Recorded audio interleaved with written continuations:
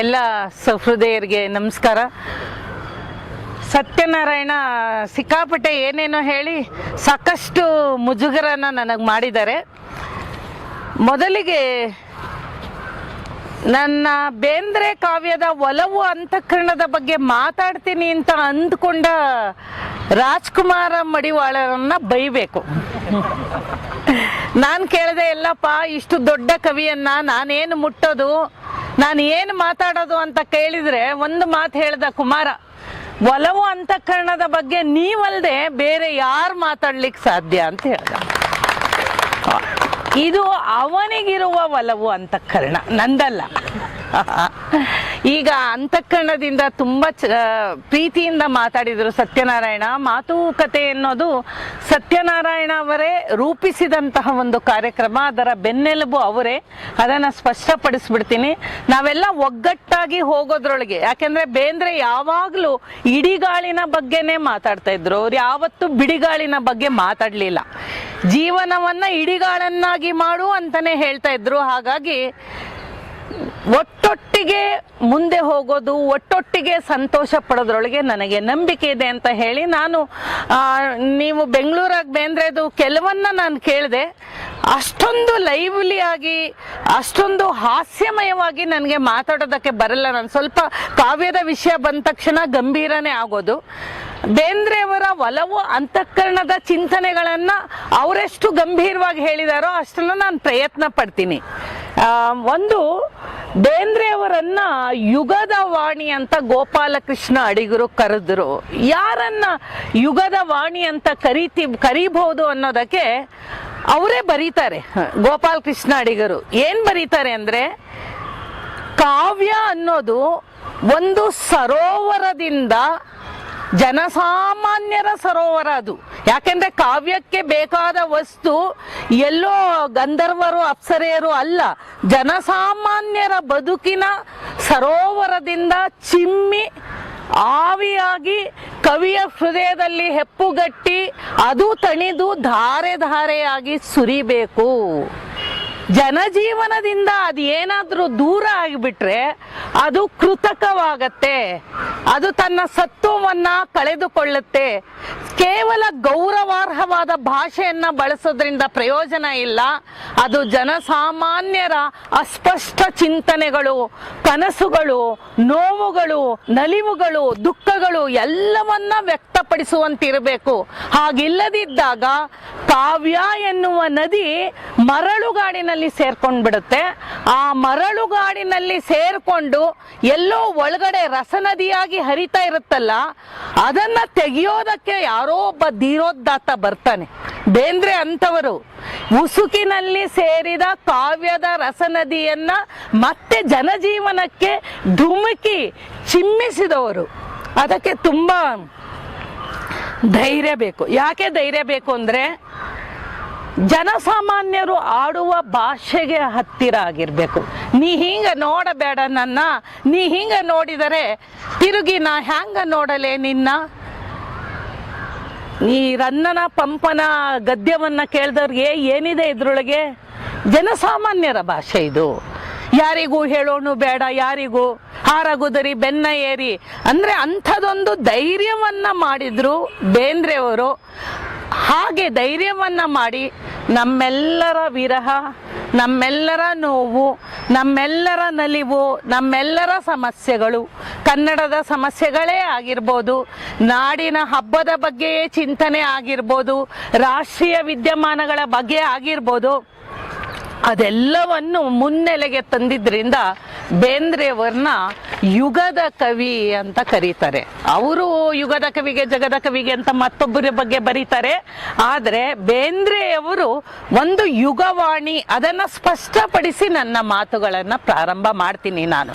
ಯಾಕೆ ಬೇಂದ್ರೆ ಶ್ರೇಷ್ಠ ಅಂತಂದ್ರೆ, ಎಲ್ಲೋ ಉಸುಬಿನಲ್ಲಿ ಅಡಗಿದ್ದ ಕಾವ್ಯದ ರಸನದಿಯನ್ನ ಜನಜೀವನಕ್ಕೆ ಹತ್ತಿರವಾಗಿಸಿದವರು, ನಮ್ಮೆಲ್ಲರ ಆಸೆ ಆಕಾಂಕ್ಷೆಗಳನ್ನ ಕಾವ್ಯದ ಮೂಲಕ ತೋರಿಸಿದವರು. ಶಂಕರ್ ಮುಕಾಶಿ ಪುಣೇಕರ್ ಅಂತ ಹಿರಿಯ ವಿಮರ್ಶಕರೇ ಹೇಳ್ತಾರೆ, ಬೇಂದ್ರೆ ಅವರ ಕಾವ್ಯವನ್ನ ಅರಿಯುವಷ್ಟು ಸಾಮರ್ಥ್ಯ ನನಗಿಲ್ಲ, ಅಳವಿಲ್ಲ ಅಂತಾರೆ. ಬೇಂದ್ರೆ ಅವರು ಹೇಳ್ತಾರೆ, ಒಂದ್ ನಿಮಿಷ.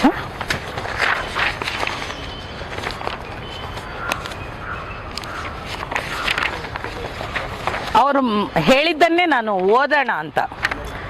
ನೀವೆಲ್ಲ ಅಂತಃಕರಣ ಇರೋ ಜನ, ಅಂತಃಕರಣ ಅನ್ನೋದು ಮೈ ಮೇಲೆ ವಸ್ತ್ರ ಒಡವೆ ಹಾಕೊಂಡು ತೋರೋದಲ್ಲ, ಅದು ಒಳಗಿರುತ್ತೆ. ಯಾವ ತರ ಒಳಗಿರುತ್ತೆ ಅನ್ನೋದಕ್ಕೆ ಒಂದು ಉದಾಹರಣೆಯನ್ನ ಕೊಡ್ತಾರೆ. ತಾಯಿ ಎಲ್ಲೋ ಅಡಿಗೆ ಮಾಡ್ತಾ ಇರ್ತಾಳೆ, ಮಗುವನ್ನ ಅಲ್ಲೆಲ್ಲೋ ಮಲಗಿಸಿರ್ತಾಳೆ. ಮಗು ಸ್ವಲ್ಪ ಮಿಸ್ಸು ಕಾಡಿದ್ರು, ಸಣ್ಣ ದನಿಯಲ್ಲಿ ಒಂಚೂರೆ ಹತ್ರು, ಅಲ್ಲಿ ಸುತ್ತಮುತ್ತ ಕೂತಿರ್ತಾರೆ ಒಂದಷ್ಟು ಜನ ಗಂಡಸರು, ಅವ್ರಿಗೇನು ಗೊತ್ತಾಗೋದೇ ಇಲ್ಲ. ಆದ್ರೆ ಅಡುಗೆ ಮನೆಯಲ್ಲಿರುವ ತಾಯಿಗೆ ಮಗು ಇಲ್ಲಿ ಮಿಸ್ಸು ಕಾಡಿದ್ರೆ ಏನಾಗ್ತಾ ಇರುತ್ತೆ? ಏನೋ ಆಯ್ತು, ಮಗು ಅಳ್ತಿದ್ಯೇನ್ರಿ ಅಂತ ಕೇಳಿದ್ರೆ ಇಲ್ವಲ್ಲ ಅಂತಾನೆ ಗಂಡ. ಆದ್ರೆ ಮಗು ಸಣ್ಣಗೆ ಅಳ್ತಾ ಇರುವ ಧ್ವನಿ ಯಾರಿಗೆ ಕೇಳಿಸುತ್ತೆ? ತಾಯಿಗೆ ಕೇಳಿಸುತ್ತೆ. ಅದು ಅಂತಃಕರಣ, ಅದು ಅಂತಃಕರಣ ಅಂತ ಅವ್ರು ಹೇಳ್ತಾರೆ. ನಂಗೆ GSS ಮೇಷ್ಟ್ರಾಗಿದ್ರು. ಅವ್ರು ಪಾಠ ಮಾಡುವಾಗ ಒಂದು ವಿಷಯವನ್ನ ಹೇಳಿದ್ರು, ನನ್ಗೀಗ್ಲೂ ಮರೆಯಕ್ಕಾಗಲ್ಲ ಅದನ್ನ. ಆತ್ಮಕಥೆಯಲ್ಲೂ ಕೂಡ ಆ ವಿಷಯ ಇದೆ. ಅದ್ಯಾರು ತಂದೆ ತಾಯಿಗಳು ಅನ್ನೋದು ಮುಖ್ಯ ಅಲ್ಲ. ಅವ್ರಿಗೊಬ್ರು ವಿದ್ಯಾರ್ಥಿನಿ ಇದ್ರಂತೆ.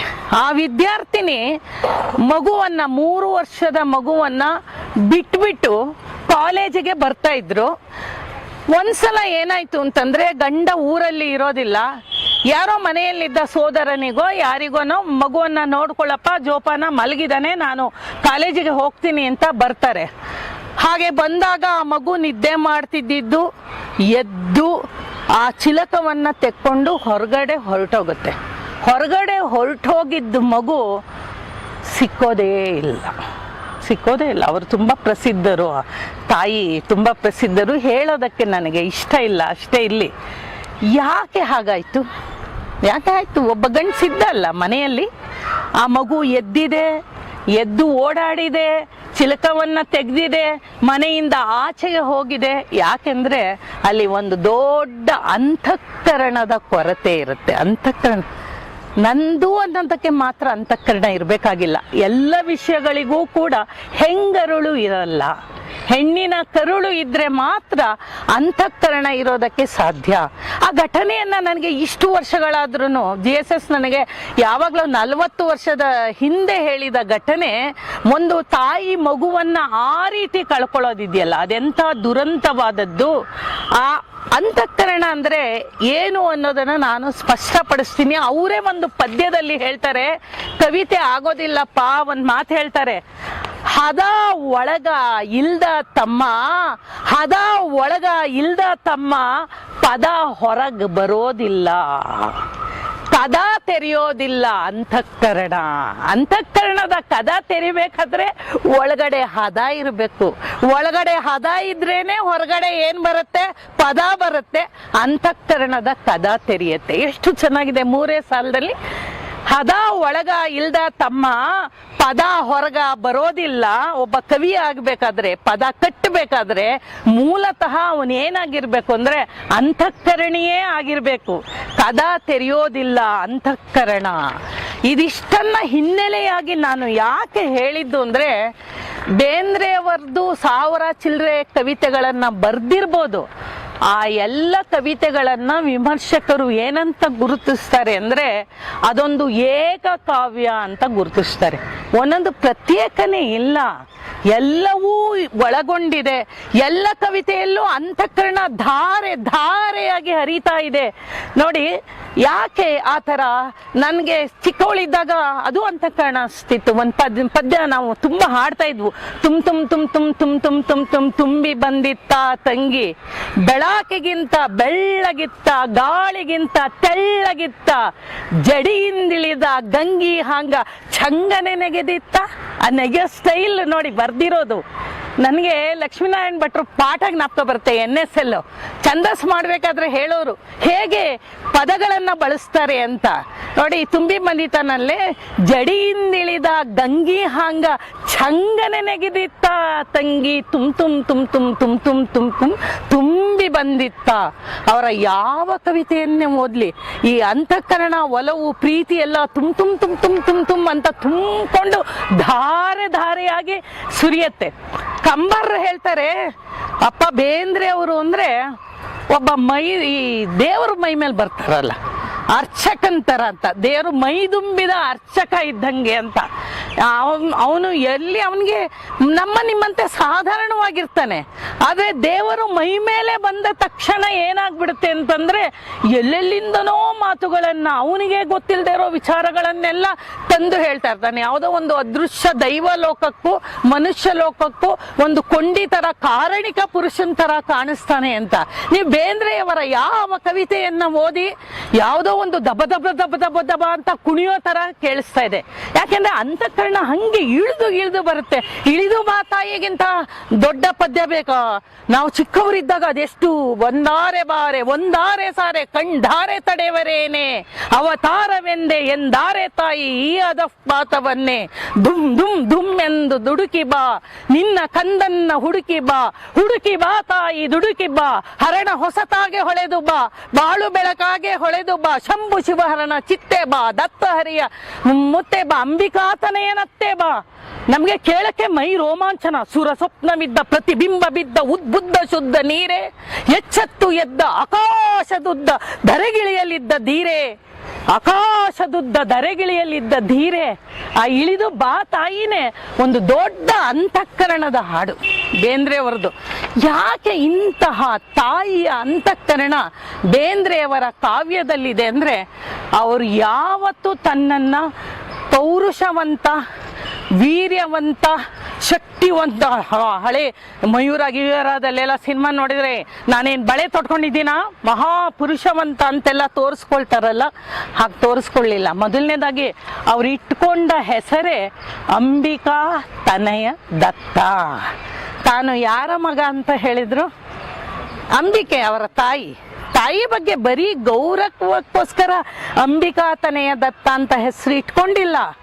ನಿಜವಾದ ಶಕ್ತಿ ಅಂತಃಕರಣ ಇರೋದು ಹೆಣ್ಣಿನಲ್ಲಿ, ನೆನಪಿಟ್ಕೊಳ್ಳಿ. ಆ ಹೆಣ್ಣಿನ ಮೂಲಕ ತನ್ನನ್ನ ತಾನು ಗುರುತಿಸ್ಕೊಳ್ಳುವ ಮೊದಲನೇ ಕವಿ. ತಾಯಿಯ ಹೆಸರನ್ನ ಇಟ್ಕೊಂಡ ಕವಿ. ನನ್ನ ಮಗನು ಆಕರ್ಷ ಕಮಲ ಅಂತ ಇಟ್ಕೊಂಡಿದ್ದಾನೆ ಹೆಸರು. ತಾಯಿಯ ಮೂಲಕ ಹೆಸರನ್ನ ಇಟ್ಕೊಂಡಂತಹ ಕವಿ ಅದು ಈ ನಮ್ಮ ಶರಣರು, ಇವರೆಲ್ಲನೂ ದೇಸಿ ಕವಿಗಳು. ಸರ್ವಜ್ಞ, ಅಂಕಿತನಾಮ ಇದೆಯಲ್ಲ, ಅಕ್ಕನ ವಚನಗಳಲ್ಲಿ ಚನ್ನಮಲ್ಲಿಕಾರ್ಜುನ ಅಂದಂಗೆ ತುಂಬಾ ಕಡೆ GSS ಹೇಳ್ತಾರೆ. ತುಂಬಾ ಕಡೆ ನೋಡಿ, ಬೆಳದಿಂಗಳ ನೋಡ ಅಂತ ಒಂದು ಪದ್ಯ ಇದೆ. ಸವಿರಾಗ ಬೆರೆಸಿದ ಉಸಿರು ಇದಕ್ಕ ಯಾ ಹೆಸರು? ಸವಿರಾಗ ಬೆರೆಸಿದ ಉಸಿರು ಇದಕ್ಕ ಯಾ ಹೆಸರು? ಅಂಬಿಕಾ ತನಯನ ಹಾಡ ಬೆಳದಿಂಗಳ ನೋಡ. ಎಲ್ಲಾ ಕಡೆ ಅಂಬಿಕಾ ತನಯ ಬರ್ತಾನೆ. ಅಂಬಿಕಾ ತನಯನ ಅತ್ತೆ ಬಾ ಅಂತಾರೆ. ಅಂಬಿಕಾ ತನಯದ ಜಂಬದ ಪಾಡಳಿದು ನಂಬಿಕೆಯ ಹಾಡಾಗಿ ಬಂತಿಲ್ಲಿಗೆ. ಅವರೆಲ್ಲಾ ಕಡೆನೂ ತಮ್ಮನ್ನ ತಾವು ತಾಯಿ ಅಂಬಿಕೆಯ ಮಗ ಅಂತ ಇನ್ನು ಎಷ್ಟರ ಮಟ್ಟಿಗೆ ಅವರ ತಲೆಯಲ್ಲಿತ್ತು ಕಂಬಾರರು ನಮ್ಗೆ ಹೇಳ್ತಾ ಇದ್ರು. ಎಷ್ಟೊಂದು ಸಲ ನಮ್ಮ ತರಗತಿಯಲ್ಲಿ ಹೇಳ್ತಾ ಇದ್ರು, ಅವರು ವೇದಿಕೆ ಮೇಲೆ ಅಂಬಿಕಾ ತನಯ ದತ್ತನಿಗೆ ನಮಸ್ಕಾರ ಅಂತ ಅವ್ರಿಗೆ ಅವ್ರು ನಮಸ್ಕಾರ ಮಾಡ್ಕೊಂಡ್ಬಿಡ್ತಿದ್ರಂತೆ.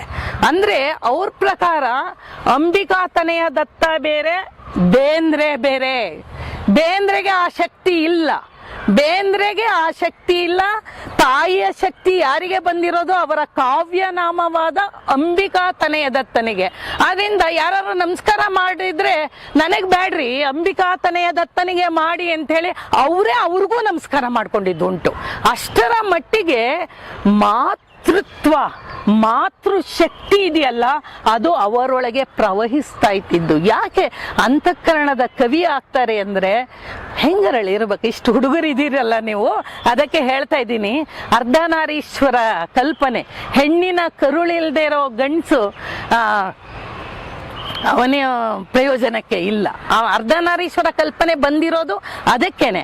ಅವರು ವೀರನಾರಾಯಣನೇ ಕವಿ, ಲಿಪಿಕಾರ ಕುಮಾರವ್ಯಾಸ ಅಂತ ಹೇಗೆ ಡಿವೈಡ್ ಮಾಡ್ಕೊಂಡ, ವೀರನಾರಾಯಣ ಕವಿ ಬರ್ಕೊಂಡವನು ಕುಮಾರವ್ಯಾಸ, ಹಾಗೆ ಅಂಬಿಕಾ ತನಯ ದತ್ತ ಇವನು ಬೇರೆ, ಬೇಂದ್ರೆಯವರು ಬೇರೆ ಅಂತ ಬೇರೆ ಮಾಡ್ಕೊಂಡ್ರು. ಹೆತ್ತ ತಾಯಿಯ ಬಗೆನ ಗೌರವ ಮಾತ್ರ ಅಲ್ಲ, ಅದು ತಾಯಿ ಅನ್ನೋದು ಕಾವ್ಯದ ಮೂಲ ಸೆಲೆ ಇರೋದೇನೆ ಮಾತೃತ್ವದ ಶಕ್ತಿಯಲ್ಲಿ ಅಂತ ಅವರು ತುಂಬಾ ನಂಬಿದ್ರು. ಇದೇನು ಹೊಸಲ್ಲ. ರಾಜೇಂದ್ರ ಚಿನ್ನಿ ಅಂತ ದೊಡ್ಡ ವಿಮರ್ಶಕರಿದ್ದಾರೆ, ಅವ್ರು ಹೇಳ್ತಾರೆ ಇದು ಜಾನಪದ ಸಂವೇದನೆ. ಅಂದ್ರೆ ತಮ್ಮನ್ನ ತಾವು ಜನಗಳಲ್ಲಿ ಗುರುತಿಸ್ಕೊಂಡು, ಜಾನಪದ ಅಂದ್ರೇನು? ಜನಾಂಗದ ಸ್ಮೃತಿ, ಜನಾಂಗದ ನೋವು, ಜನಾಂಗದ ನಲಿವು, ಜನಾಂಗದ ದುಃಖ. ಬೇಂದ್ರೆಯವರು ಜಾನಪದದಲ್ಲಿ ತಮ್ಮನ್ನ ಗುರುತಿಸ್ಕೊಂಡು, ಜಾನಪದರು ಏನ್ ಮಾಡ್ತಾರೆ, ಬೆಳಗಾಗಿ ನಾನೆದ್ದು ಯಾರ್ಯಾರ ನೆಲೆಯಲ್ಲಿ ಎಳ್ಳು ಜೀರಿಗೆ ಬೆಳೆಯುವಂತ ಭೂಮ್ ತಾಯ ಎದ್ದೊಂದು ಗಳಿಗೆ ನೆಲೆದೇನ, ಅವರೆಲ್ಲವನ್ನೂ ತಾಯಿಯ ಪರಿಕಲ್ಪನೆಯಲ್ಲಿ ನೋಡ್ತಾರೆ. ಆ ಮಾತೃ ಪರಿಕಲ್ಪನೆ, ಮಾತೃವಿನ ಹುಡುಕಾಟ, ತಾಯಿಯ ಶಕ್ತಿ ಎಲ್ಲವೂ ಕೂಡ ಬೇಂದ್ರೆಯವರಲ್ಲಿ ಮೇಳೈಸಿತ್ತು. ಅವರ ಚಿಗರಿಗಂಗಳ ಚೆಲುವಿ ಕವನ ಗೊತ್ತಲ್ಲ, ನಿಸರ್ಗವನ್ನು ಅವ್ರ ತಾಯಿ ಅನ್ಕೊಂಡಿದ್ರು. ಆ ಚಿಗರಿಗಂಗಳ ಚೆಲುವಿನಲ್ಲಿ ಇವತ್ತು ಇಷ್ಟೊಂದು ಅಭಿವೃದ್ಧಿಯ ಹೆಸರಲ್ಲಿ ಮರಗಳನ್ನ ಕಡ್ದು ಒಡೆದು ಬಡ್ದು ತಾಯಿಯ ಮೇಲೆ ನಿರಂತರವಾಗಿ ಹಲ್ಲೆ ಮಾಡ್ತಾ ಇದ್ದಾರಲ್ಲ. ಒಂದು ಮಾತು ಹೇಳ್ತಾರೆ ಅವರು, ನಿಂತ ನೆಲವೆಂದು ಕಡಿಲಾಕೋ, ನಿಂತ ನೆಲವೆಂದು ಕಡಿಲಾಕ, ಬಡಿಲಾಕೋ, ಒಡಿಲಾಕೋ, ಒಡವಿಯಲ್ಲ ಮಗನೇ ಉಸಿರಿದ್ದ ಒಡಲು. ಎಷ್ಟು ಚೆನ್ನಾಗಿದೆ ನೋಡಿ, ಉಸಿರಿದ್ದ ಒಡಲು. ನೀವು ಒಡವೆ ಮಾಡಬೇಕಾದ್ರೆ ಏನು ಮಾಡ್ತೀರಾ? ಅದನ್ನು ಬೆಂಕಿಗೆ ಹಾಕಿ ನಿಂತ ನೆಲವೆಂದು ಕಡಿಲಾಕ, ಬಡಿಲಾಕ, ಒಡಿಲಾಕ, ಒಡವಿಯಲ್ಲ ಮಗನೇ ಇದು ಉಸಿರಿದ್ದ ಒಡಲು ಅಂತ ಹೇಳ್ತಾರೆ. ಅಂದರೆ ಇಡೀ ನಿಸರ್ಗವನ್ನ ಮಾತೃಶಕ್ತಿಯಲ್ಲಿ ನೋಡಿದವರು ಬೇಂದ್ರೆಯವರು. ಮೊದಲನೇದಾಗಿ ಅವರು ತಮ್ಮನ್ನ ಗುರುತಿಸ್ಕೊಳ್ಳದೆ ನಾನು ಎನ್ನುವ ಕವಿತೆಯಲ್ಲಿ ನಾನು ಯಾರ ಮಗ ಅಂತ ಹೇಳ್ತಾರೆ. ಅದನ್ನು ಓದ್ತೀನಿ ನೋಡಿ, ಇದು ನಿಮ್ಗೆ ಅರ್ಥ ಆಗತ್ತೆ, ವಿವರಣೆ ಏನು ಕೊಡಲ್ಲ. ವಿಶ್ವ ಮಾತೆಯ ಗರ್ಭ ಕಮಲ ಜಾತ ಪರಾಗ ಪರಮಾಣು ಕೀರ್ತಿ ನಾನು. ಮೊದಲೇ ವಿಶ್ವಮಾತೆ. ನೆಕ್ಸ್ಟ್ ಯಾರು ನೋಡೋಣ. ಭೂಮಿ ತಾಯಿಯ ಮೈಯ ಹಿಡಿಮಣ್ಣ ಗುಡಿ ಕಟ್ಟಿ ನಿಂತಂತ ಮೂರ್ತಿ ನಾನು. ಭರತ ಮಾತೆಯ ಕೋಟಿ ಕಾರ್ತಿಕೋತ್ಸವದಲ್ಲಿ ಮಿನುಗುತಿಹ ಜ್ಯೋತಿ ನಾನು. ಕನ್ನಡ ತಾಯಿ ತಾವರೆಯ ಪರಿಮಳವನ್ನುಂಡು ಬೀರುತಿಹ ಗಾಳಿ ನಾನು. ನನ್ನ ತಾಯಿಯ ಹಾಲು ನೆತ್ತರವ ಕುಡಿದಂತ, ನನ್ನ ತಾಯಿಯ ಹಾಲು ನೆತ್ತರವ ಕುಡಿದಂತ ಜೀವಂತ ಮಮತೆ ನಾನು. ಈ ಐದೆಯರ ಪಂಚಪ್ರಾಣಗಳಾಗಿಯೇ ಈ ಜೀವ ದೇಹ ಇವನು. ಎಲ್ಲಿ ತಂದೆ ವಿಷಯ ಬರಲೇ ಇಲ್ಲ. ವಿಶ್ವಮಾತೆ, ಭೂಮಿ ತಾಯಿ, ಭರತ ಮಾತೆ, ಕನ್ನಡ ತಾಯಿ, ಕೊನೆಯಲ್ಲಿ ನನ್ನ ತಾಯಿಯ ಹಾಲು ನೆತ್ತರನ್ನ ಉಂಡ ಜೀವಂತ ಮಮತೆ ನಾನು. ಈ 5 ಜನ ಐದೇರು ಹೆಣ್ಣು ಮಕ್ಕಳ ಪ್ರತಿರೂಪ ನಾನು ಅಂತ ಹೇಳ್ತಾರೆ. ಎಲ್ಲೂ ತನ್ನನ್ನ ಪುರುಷ ಸಿಂಹ, ವೀರಾಗ್ರಣಿ ಆ ಥರ ಗುರುತಿಸ್ಕೊಳ್ಳಲ್ಲ. ಅವರು ಪ್ರತಿಯೊಂದು ಧಾತುವನ್ನ, ಶಕ್ತಿಯನ್ನ, ಸಾಮರ್ಥ್ಯವನ್ನ ಪಡಿತಾ ಇದ್ದಿದ್ದು ನಾನು ಹೆಣ್ಣಿನಿಂದ ಅಂತ ಬಹಳ ಚೆನ್ನಾಗಿ ಹೇಳ್ಕೊಳ್ತೇನೆ. ಹೆಣ್ಣಿನ ಮೂಲಕ ಶಕ್ತಿಯನ್ನ ಪಡೆಯೋದು. ಇದು 1930, ಅಲ್ಲಿ ಇನ್ನೇನು 100 ವರ್ಷ ಆಗ್ತಾ ಬಂತು. ಈಗಲೂ ಸಿನಿಮಾಗಳಲ್ಲಿ ಬಳೆ ತೊಟ್ಕೊಂಡಿಲ್ಲ ನಾನು ಪುರುಷ ಸಿಂಹ ಅಂತ ಹೇಳ್ಕೊಂಡು ಓಡಾಡುವಾಗ 100 ವರ್ಷದ ಹಿಂದೆ ಬೇಂದ್ರೆ ಅವರು ನಿಜವಾದ ಶಕ್ತಿಯನ್ನ, ಅಂತಃಕರಣವನ್ನ ಪಡೆಯಬೇಕಾದ್ದು ಎಲ್ಲಿ ಅಂತ ಹೇಳಿದ್ರು. ಅದಕ್ಕೆ ನನಗೆ ಸರಿಯಾದ ಟಾಪಿಕ್ ಕೊಟ್ಟಿದ್ಯಪ್ಪ ಇವತ್ತು. ಒಂದಷ್ಟು ಜನನ್ನೆಲ್ಲ ಬೈದ್ ಬಿಸಾಕಕ್ಕೂ ಅನುಕೂಲ ಆಯ್ತು ನನಗೆ. ಯಾಕೆಂದ್ರೆ ಆ ಬೇಂದ್ರೆ ಅವರು ಚಿಕ್ಕವರಾಗಿದ್ದಾಗ ಒಂದು ಹೊಳೆ ಒಳಗಡೆ ಮುಳುಗಿದ್ರಂತೆ. ಅದನ್ನು ಕೂಡ ಕುಲಕರ್ಣಿಯವರು ಹೇಳಿದ್ರು, ನಾನು ಬೇರೆ ಕಡೆ ಓದಿದ್ದೆ. ಆಗ ಅವ್ರ ತಾಯಿ ಕಚ್ಚೆ ಕಟ್ಕೊಂಡು ಹಾರಿ ನದಿಗೆ ಮಗುವನ್ನ ಎಳ್ಕೊಂಡು ಬಂದ್ರಂತೆ. ಪಾತಾಳ ಕಂಡರೇನು ಆ ತಾಯಿ ಬಿಡುವಳೇನು. ಎಷ್ಟು ಚೆನ್ನಾಗಿದೆ ನೋಡಿ. ಪಾತಾಳ ಕಂಡರೇನು ಆ ತಾಯಿ ಬಿಡುವಳೇನು ಅನ್ನುವ ಮಾತು. ಬೇರೆ ಯಾರು ಬೇಕಾದ್ರೂ ತ್ಯಾಗಕ್ಕೆ ಇಲ್ಲ, ತಾಯಿ ಮಾತ್ರ ಮಗುವಿಗಾಗಿ ಏನು ಬೇಕಾದ್ರೂ ಮಾಡ್ಬಿಡ್ತಾಳೆ ಅಂತ ಅನ್ನೋ ಒಂದು ತಾಯಿ ಬಗ್ಗೆ ಬರ್ದಿರೋದೊಂದು ಕವನ ಬಹಳ ಚೆನ್ನಾಗಿದೆ. ಅದರೊಳಗೆ ತಾಯಿ ಮಾತ್ರ ಹಂಗೆ ಮಾಡ್ತಾಳೆ, ಹೆಂಡತಿ ಅಲ್ಲ ಅಂತ ಎಷ್ಟೊಂದು ಜನ ಸುಮ್ಮನೆ ಆಗ್ಬೇಡಿ ದಯವಿಟ್ಟು. ಹೆಣ್ಣು ಎನ್ನುವ ಮಾತು, ತಾಯಿ ಎನ್ನುವ ಮಾತು, ಹೆಣ್ಣು ಎನ್ನುವ ಮಾತು, ತಾಯಿ ಎನ್ನುವ ಮಾತು ಎರಡಲ್ಲ ಒಂದೆಂದು ತಿಳಿಸಿದಳು. ನೀವು ಕಂಪಾರ್ಟ್ಮೆಂಟ್ ಮಾಡ್ಕೊಂಡು ನನ್ನ ಮಗಳ ಹಂಗಲ್ಲ, ನನ್ನ ಹೆಂಡತಿ ಹಂಗಲ್ಲ, ನನ್ನ ಸೋದರಿ ಹಂಗಲ್ಲ, ನನ್ನ ತಾಯಿ ಮಾತ್ರ ಅಂತ ಹೇಳಕ್ಕಾಗಲ್ಲ. ನೀವು ಹೆಣ್ಣು ಮತ್ತೆ ತಾಯಿ ಆ ಎರಡಲ್ಲ, ಎರಡೂ ಸೇರಿ ಒಂದು ಅಂತ ಹೇಳಿದ್ರು. ಏನಾದರೂ ಏನು ಜೀವ ಹೆಣ್ಣಲ್ಲವೇ, ಕಣ್ಣನೇ ಹಣತೆಯ ಮಾಡಿದಳು. ಉರಿಯುವ ದೀಪವನ್ನಾಗಿ ಮಾಡ್ತಾಳಂತೆ ಹೆಣ್ಣು. ಕಣ್ಣನ್ನ ಹಣತೆ ಮಾಡಿ ಜೊತೆ ಜೀವ ಕುಗ್ಗಲು ಒಂದಿನಿಸು ಹಿಗ್ಗಲು ಅಂದ್ರೇನು? ಖುಷಿಯಾದಾಗ ದುಃಖವಾದಾಗ ಜೊತೆ ಜೀವ ಕುಗ್ಗಲು ಒಂದಿನಿಸು ಹಿಗ್ಗಲು ಅದರ ಹಾದಿಗೆ ಅಯ್ಯಪ್ಪ ಕತ್ಲಲ್ಲಿ ಯಾಕೆ ನಡೀತೀಯ ಅಂತ ಕಣ್ಣನ್ನ ಹಣತೆ ಮಾಡಿ ಅದರ ಹಾದಿಗೆ ಅದನ್ನ ನೀಡಿದಳು, ತಗೊಳಪ್ಪ ಅಂತ. ಅರ್ಥ ಆಯ್ತಲ್ವಾ ನಿಮ್ಗೆ? ಏನಾದರೂ ಏನೋ ಜೀವ ಹೆಣ್ಣಲ್ಲವೇ? ಕಣ್ಣನ್ನು ಹಣತೆ ಮಾಡಿದಳು, ಜೊತೆಯ ಜೀವ ಕುಗ್ಗಲು ಒಂದಿನಿಸು ಹಿಗ್ಗಲು, ಕಣ್ಣನ್ನ ಹಣತೆ ಮಾಡಿ ಅದರ ಹಾದಿಗೆ ಅದನ್ನ ನೀಡಿದ್ಲು. ಮತ್ತೆ ಎಲ್ಲವನ್ನೂ ತಾಯಿ ತಾಯಿ ತಾಯಿ ಅಂತ ಕರೆಯೋದು. GSS ಒಂದ್ ಕಡೆ ಬರ್ದಿದ್ದಾರೆ, ಪ್ರತಿಭೆಯನ್ನು ಕೂಡ ಸೃಜನಶೀಲತೆಯನ್ನು ಕೂಡ ತಾಯಿ ಅಂತಾನೆ ಕರೀತಾರೆ, ತಂದೆ ಅಂತ ಕರೆಯಲ್ಲ. ತಾಯಿ ಅಂದ್ರೆ ಒಂದು ಚಿತ್ರವನ್ನ ಕೊಡ್ತಾರೆ. ನಿಮ್ಗೆ ಸ್ವಲ್ಪ ಗಂಭೀರ ಆಯ್ತು ಅನ್ನಿಸ್ತಾ ಇದೆಯಾ ಏನು ಗೊತ್ತಿಲ್ಲ ಮೇಡಮ್. ಆ ಒಂದು ಚಿತ್ರವನ್ನ ಕೊಡ್ತಾರೆ. ಆ ಚಿತ್ರದಲ್ಲಿ ಮಗು ಮಲಗಿದೆ, ತಾಯಿ ಪಕ್ಕದಲ್ಲಿ ಮಲಗಿದಾಳೆ. ತಾಯಿ ಮಗು ಮಲಗಿದ್ದಾರೆ. ಮಗುವಿಗೆ ನಿದ್ದೆ ಬಂದಾಗ ಸಣ್ಣ ಪುಟ್ಟ ಕೆಲಸ ಮಾಡ್ಕೋಬೇಕು, ತಾಯಿ ಇಲ್ದರೆ ಪೀಡೆಗಳ ತರ ಅಳ್ತಾ ಇರ್ತವಲ್ಲ ಎಲ್ಲರ ಸಮಸ್ಯೆ. ಮೆಲ್ಲಗೆ ಮಗುಗೆ ನಿದ್ದೆ ಬಂದಿದೆ ಅಂತ ಎದ್ದು ಹೋಗಿದ್ದಾಳೆ. ಅದು ಸೆರಗನ್ನ ಹೊತ್ಕೊಂಡಿದೆ ಅಲ್ಲ ಮಗು, ಅದನ್ನ ಬಿಗಿಯಾಗಿ ಹಿಡ್ಕೊಂಡಿದೆ. ಬಿಗಿಯಾಗಿ ಹಿಡ್ಕೊಂಡಾಗ ಒಂದು ಎರಡು ನೂಲು ಕೈಗೆ ಸಿಕ್ಕಿದೆ ಮಗುವಿಗೆ. ತಾಯಿ ಎದ್ದು ಹೋಗಿದ್ದಾಳೆ. ಕಾವ್ಯ ಅನ್ನೋದು ಹೇಗೆ ಅಂದ್ರೆ ನೋಡಿ ಎಷ್ಟು ಚೆನ್ನಾಗಿದೆ.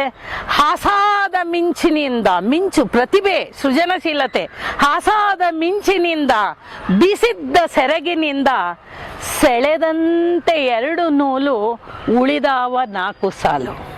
ಪ್ರತಿಭೆ ಎನ್ನುವ ತಾಯಿ ಸೆರಗನ್ನ ಹಿಂಗ್ ಬೀಸಿದ್ಲಂತೆ. ಹಿಂಗ್ ಬೀಸಿದಾಗ ಮಗು ಅದ್ರ ಪಕ್ಕದಲ್ಲಿ ಮಲಗಿದ್ದು ಎಳ್ಕೊಂಡ್ಬಿಡ್ತು. ಹಾಸಾದ ಮಿಂಚಿನಿಂದ ಬೀಸಿದ್ದ ಸೆರಗಿನಿಂದ ಸೆಳೆದಂತೆ ಎರಡು ನೂಲು ಉಳಿದಾವ ನಾಲ್ಕು ಸಾಲು. ಅಷ್ಟೇ ಉಳಿದಿದ್ದು, ನನಗೆ ಉಳಿದಿದ್ದ ಅಷ್ಟೇ ಅಂತ ಹೇಳ್ತಾರೆ. ಆಮೇಲೆ ಆ ಚಿತ್ರನ ಅದೇ ತೇಲಾಡ್ತವ ಮನಸ್ಸಿನಲ್ಲಿ ಕಂಟಿನ್ಯೂ ಮಾಡ್ತಾರೆ. ತಾಯಿದು ಎಷ್ಟು ಚೆನ್ನಾಗಿದೆ ಅದು. ಮಗು ಹಾಲು ಕುಡಿತಾ ಇರುತ್ತೆ, ನಿದ್ದೆ ಹೋಗ್ಬಿಡುತ್ತೆ. ತಾಯಿ ಮಲಗಿಸಿರ್ತಾಳೆ, ನಿದ್ದೆಗಣ್ಣಲ್ಲೂ ತಾಯಿಯ ಎದೆಯನ್ನ ಹುಡುಕ್ತಾ ಇರುತ್ತೆ ಹಾಲು ಕುಡಿಯೋದಕ್ಕೆ. ಆ ಥರ ಎದ್ದಾಗ ಏನು ನನ್ನ, ಎದ್ದಾಗ ಏನು ನನ್ನ, ನಿದ್ಯಾಗ ಕೂಡ ನಿನ್ನ ಮಿಡುಕಾಡಿ ಬಗೆಯ ಬಾಯಿ ಹುಡುಕಾಡುತ್ತಾವ ತಾಯಿ ಹೇಳ್ತಾರೆ. ಎದ್ದಾಗ ಅಲ್ಲ ನಿದ್ದೆನಲ್ಲೂ ನಿನ್ನನ್ನು ಹುಡುಕ್ತೀನಿ, ಮಾತೃತ್ವವನ್ನ ಶೋಧನೆ ಮಾಡ್ತೀನಿ. ತುಂಬಿದೆದೆಗೆ ಸೋತು ಕೂತು ಸಂಗೀತದ ರೂಪಕ ಬಂದ್ಬಿಡ್ತು. ತಂಬೂರಿ ಹಾಗೆ ಆತು ನೋಡಿ, ತಂಬೂರಿನ ಹಿಂಗ ಆತ್ಕೊಂಡಂಗೆ ಮಗುನ ಆತ್ಕೊಂಡಿರೋದು. ಹಾಗೆ ತಾಯಿ ತಂಬೂರಿಯಂತೆ ಮಗುನ ಆತ್ಕೊಂಡ್ರೆ ಬರುತ್ತಾವ ತಾನೇ ತಾನ. ತಾನ್ ಅನ್ನೋದು ಸಂಗೀತದ್ದು. ಬರತಾವ ತಾನೇ ತಾನ, ಹರಡತಾವ ಗಾನ, ಮುಟ್ಟುತ್ತಲೇ ತಾಯ ಬೆರಳು, ಹುಟ್ಟುವುದು ಹುರುಳ ತಿರುಳು. ಅಂದ್ರೆ ಎಲ್ಲವೂ ಕೂಡ ತಾಯಿಯ ಅಂತಃಕರಣದಿಂದಲೇ ಬಂದಿದ್ದು ಅಂತ. ತನಗೆ ತಾನೇ ನೀವೆಲ್ಲ ಇವತ್ತು ಸೃಜನಶೀಲರಾಗಿದ್ರೆ, ಯಾವುದ್ರೊಳಗಾದ್ರೂ ಆಸಕ್ತಿಯನ್ನ ಹೊಂದಿದ್ರೆ ಅದು ತಾಯಿ ಕೊಟ್ಟ ಕೊಡುಗೆ ಅಂತ ಅವರು ಭಾವಿಸ್ತಾರೆ. ನಾನು ಈಗಾಗಲೇ ಗಂಗಾಷ್ಟಕದ ಸಾಲುಗಳನ್ನ ಹೇಳಿದ್ದೀನಿ, ಗಂಗಾವತರಣದ್ದು. ಧಾರವಾಡನ ಕೂಡ, ಧಾರವಾಡದವರು ಇಲ್ಲಿದಾರಲ್ಲಪ್ಪ, ಧಾರವಾಡ ತಾಯಿ ಅಂತಾರೆ. ಯಾರಾದ್ರೂ ಈ ಬೆಂಗಳೂರು ಅಣ್ಣಮ್ಮಂತರ, ನಾವು ಬೆಂಗಳೂರು ಅಮ್ಮ ಅಂದಂಗೆ ಧಾರವಾಡನು ತಾಯಿ ಅಂತಾನೆ ಕರೆಯೋದು. ಪ್ರತಿಭೆಯನ್ನ ತಾಯಿ ಅಂತಾರೆ, ನೀರನ್ನ ತಾಯಿ ಅಂತಾರೆ, ಎಲ್ಲವನ್ನ ತಾಯಿ ಅಂತಾರೆ. ನೋಡಿ ಧಾರವಾಡ ತಾಯಿನಲ್ಲಿ 2 ಸಾಲು ಎಷ್ಟು ಚೆನ್ನಾಗಿದೆ. ನಿನ್ನ ಕಣ್ಣ ಕಡೆಗೋಲಿನಿಂದ ನನ್ನ ಹೃದಯ ಕಡಿಯೇ ತಾಯಿ, ಕಡಿಯೇ ತಾಯಿ. ನಿನ್ನ ಕಣ್ಣ ಕಡೆಗೋಲಿನಿಂದ ನನ್ನ ಹೃದಯ ಕಡಿಯೇ ತಾಯಿ, ಎನ್ನ ಹೃದಯ ಕಡಿ. ಬೆಣ್ಣೆ ಮೇಲೆ ತೇಲಿಸಿ ತಂದು ನಿನ್ನ ಬಾಯಿಗೆ ಹಿಡಿಯೇ ತಾಯಿ, ನೀನೇ ಬಾಯಿಗೆ ಹಿಡಿ. ಎರಡೂನು. ಧಾರವಾಡನು ತಾಯಿ. ನಿಸರ್ಗ ಎಲ್ಲ ಶಕ್ತಿಯೂ ಅವರಿಗೆ ತಾಯಿ ತರನೇ. ಬಿತ್ತಿದರೆ ಕಾಳು ಹನಿ ಹನಿಯಾಗಿ ತಾಯಿ ಬರ್ತಾಳ ತೆನಿ ತೆನಿಯಾಗಿ. ಎಷ್ಟು ಚೆನ್ನಾಗಿದೆ ನೋಡಿ. ಬಿತ್ತಿದರೆ ಕಾಳು ಹನಿ ಹನಿಯಾಗಿ ತಾಯಿ ಬರ್ತಾಳ ತೆನಿ ತೆನಿಯಾಗಿ. ಎಲ್ಲದರಲ್ಲೂ ತಾಯಿ ಅಂಶವನ್ನ ಕಂಡುಹಿಡಿಯೋದ್ರಿಂದ ನಾನು ಒಂದು ಕವನವನ್ನ ಓದ್ತೀನಿ, 1-2 ಕವನವನ್ನ ಮಾತಾಡೋದಪ್ಪ. ಬೇಂದ್ರೆ ಬಗ್ಗೆ ಇಷ್ಟು ದೊಡ್ಡ ಟಾಪಿಕ್ ಕೊಟ್ಬಿಟ್ಟಿದ್ದಾರೆ ನನ್ಗೆ ಅಂದಾಗ, ಅಯ್ಯೋ ಮೇಡಮ್ 4 ಕವನ ಓದ್ಬಿಡಿ ಇಂದ. ಅವನ ಮಾತನ್ನ ಪಾಲಿಸ್ತೇನೆ. ನನ್ನ ಶಿಷ್ಯ ಇಲ್ಲಿದ್ದಾನೆ. ನಾನು ಒಂದ್ ಮಾತು ಹೇಳಿದೆ, ಗಂಡಸು ಹೆಂಗಸಿಗೆ ಅಂತ ಒಂದು ಕವನ ಇದೆ, ಬಹಳ ಮುಖ್ಯವಾದ ಕವನ. ಗಂಡಸು ಅಂದ್ರೆ ಅವರ ಪಾಲಿಗೆ ಇಷ್ಟೊಂದು ಜನ ಗಂಡಸರಿದ್ದಾರೆ, ಬೈಕೋಬೇಡಿ, ಮಹಾನ್ ಮೂಢ, ಬುದ್ಧಿ ಇಲ್ದೆದ್ದವನು, ಹೆಂಗರುಳು ಇಲ್ದೆದ್ದವನು, ಅವನನ್ನ ತಿದ್ದಿ ತೀಡಿ ಅವನನ್ನ ನೆಟ್ಟಗೆ ಮಾಡೋದೇ ತಾಯಿ, ಹೆಂಡತಿ, ಸೋದರಿ. ಅದಕ್ಕೆ ಗಂಡಸು ಹೆಂಗಸಿಗೆ ಹೇಳೋದು ಮಾತು, ತಾಯೇ ಕನಿ ಮನೆ ಅಂದ್ರೆ ಕೋಮಲವಾದ ಅಂತಃಕರಣದ ವಾಸಿಯೇ. ಕೋಮಲವಾದ ಅಂತಃಕರಣ ಎಲ್ಲಿರೋದು ಅಂದ್ರೆ ತಾಯಿಯಲ್ಲಿ.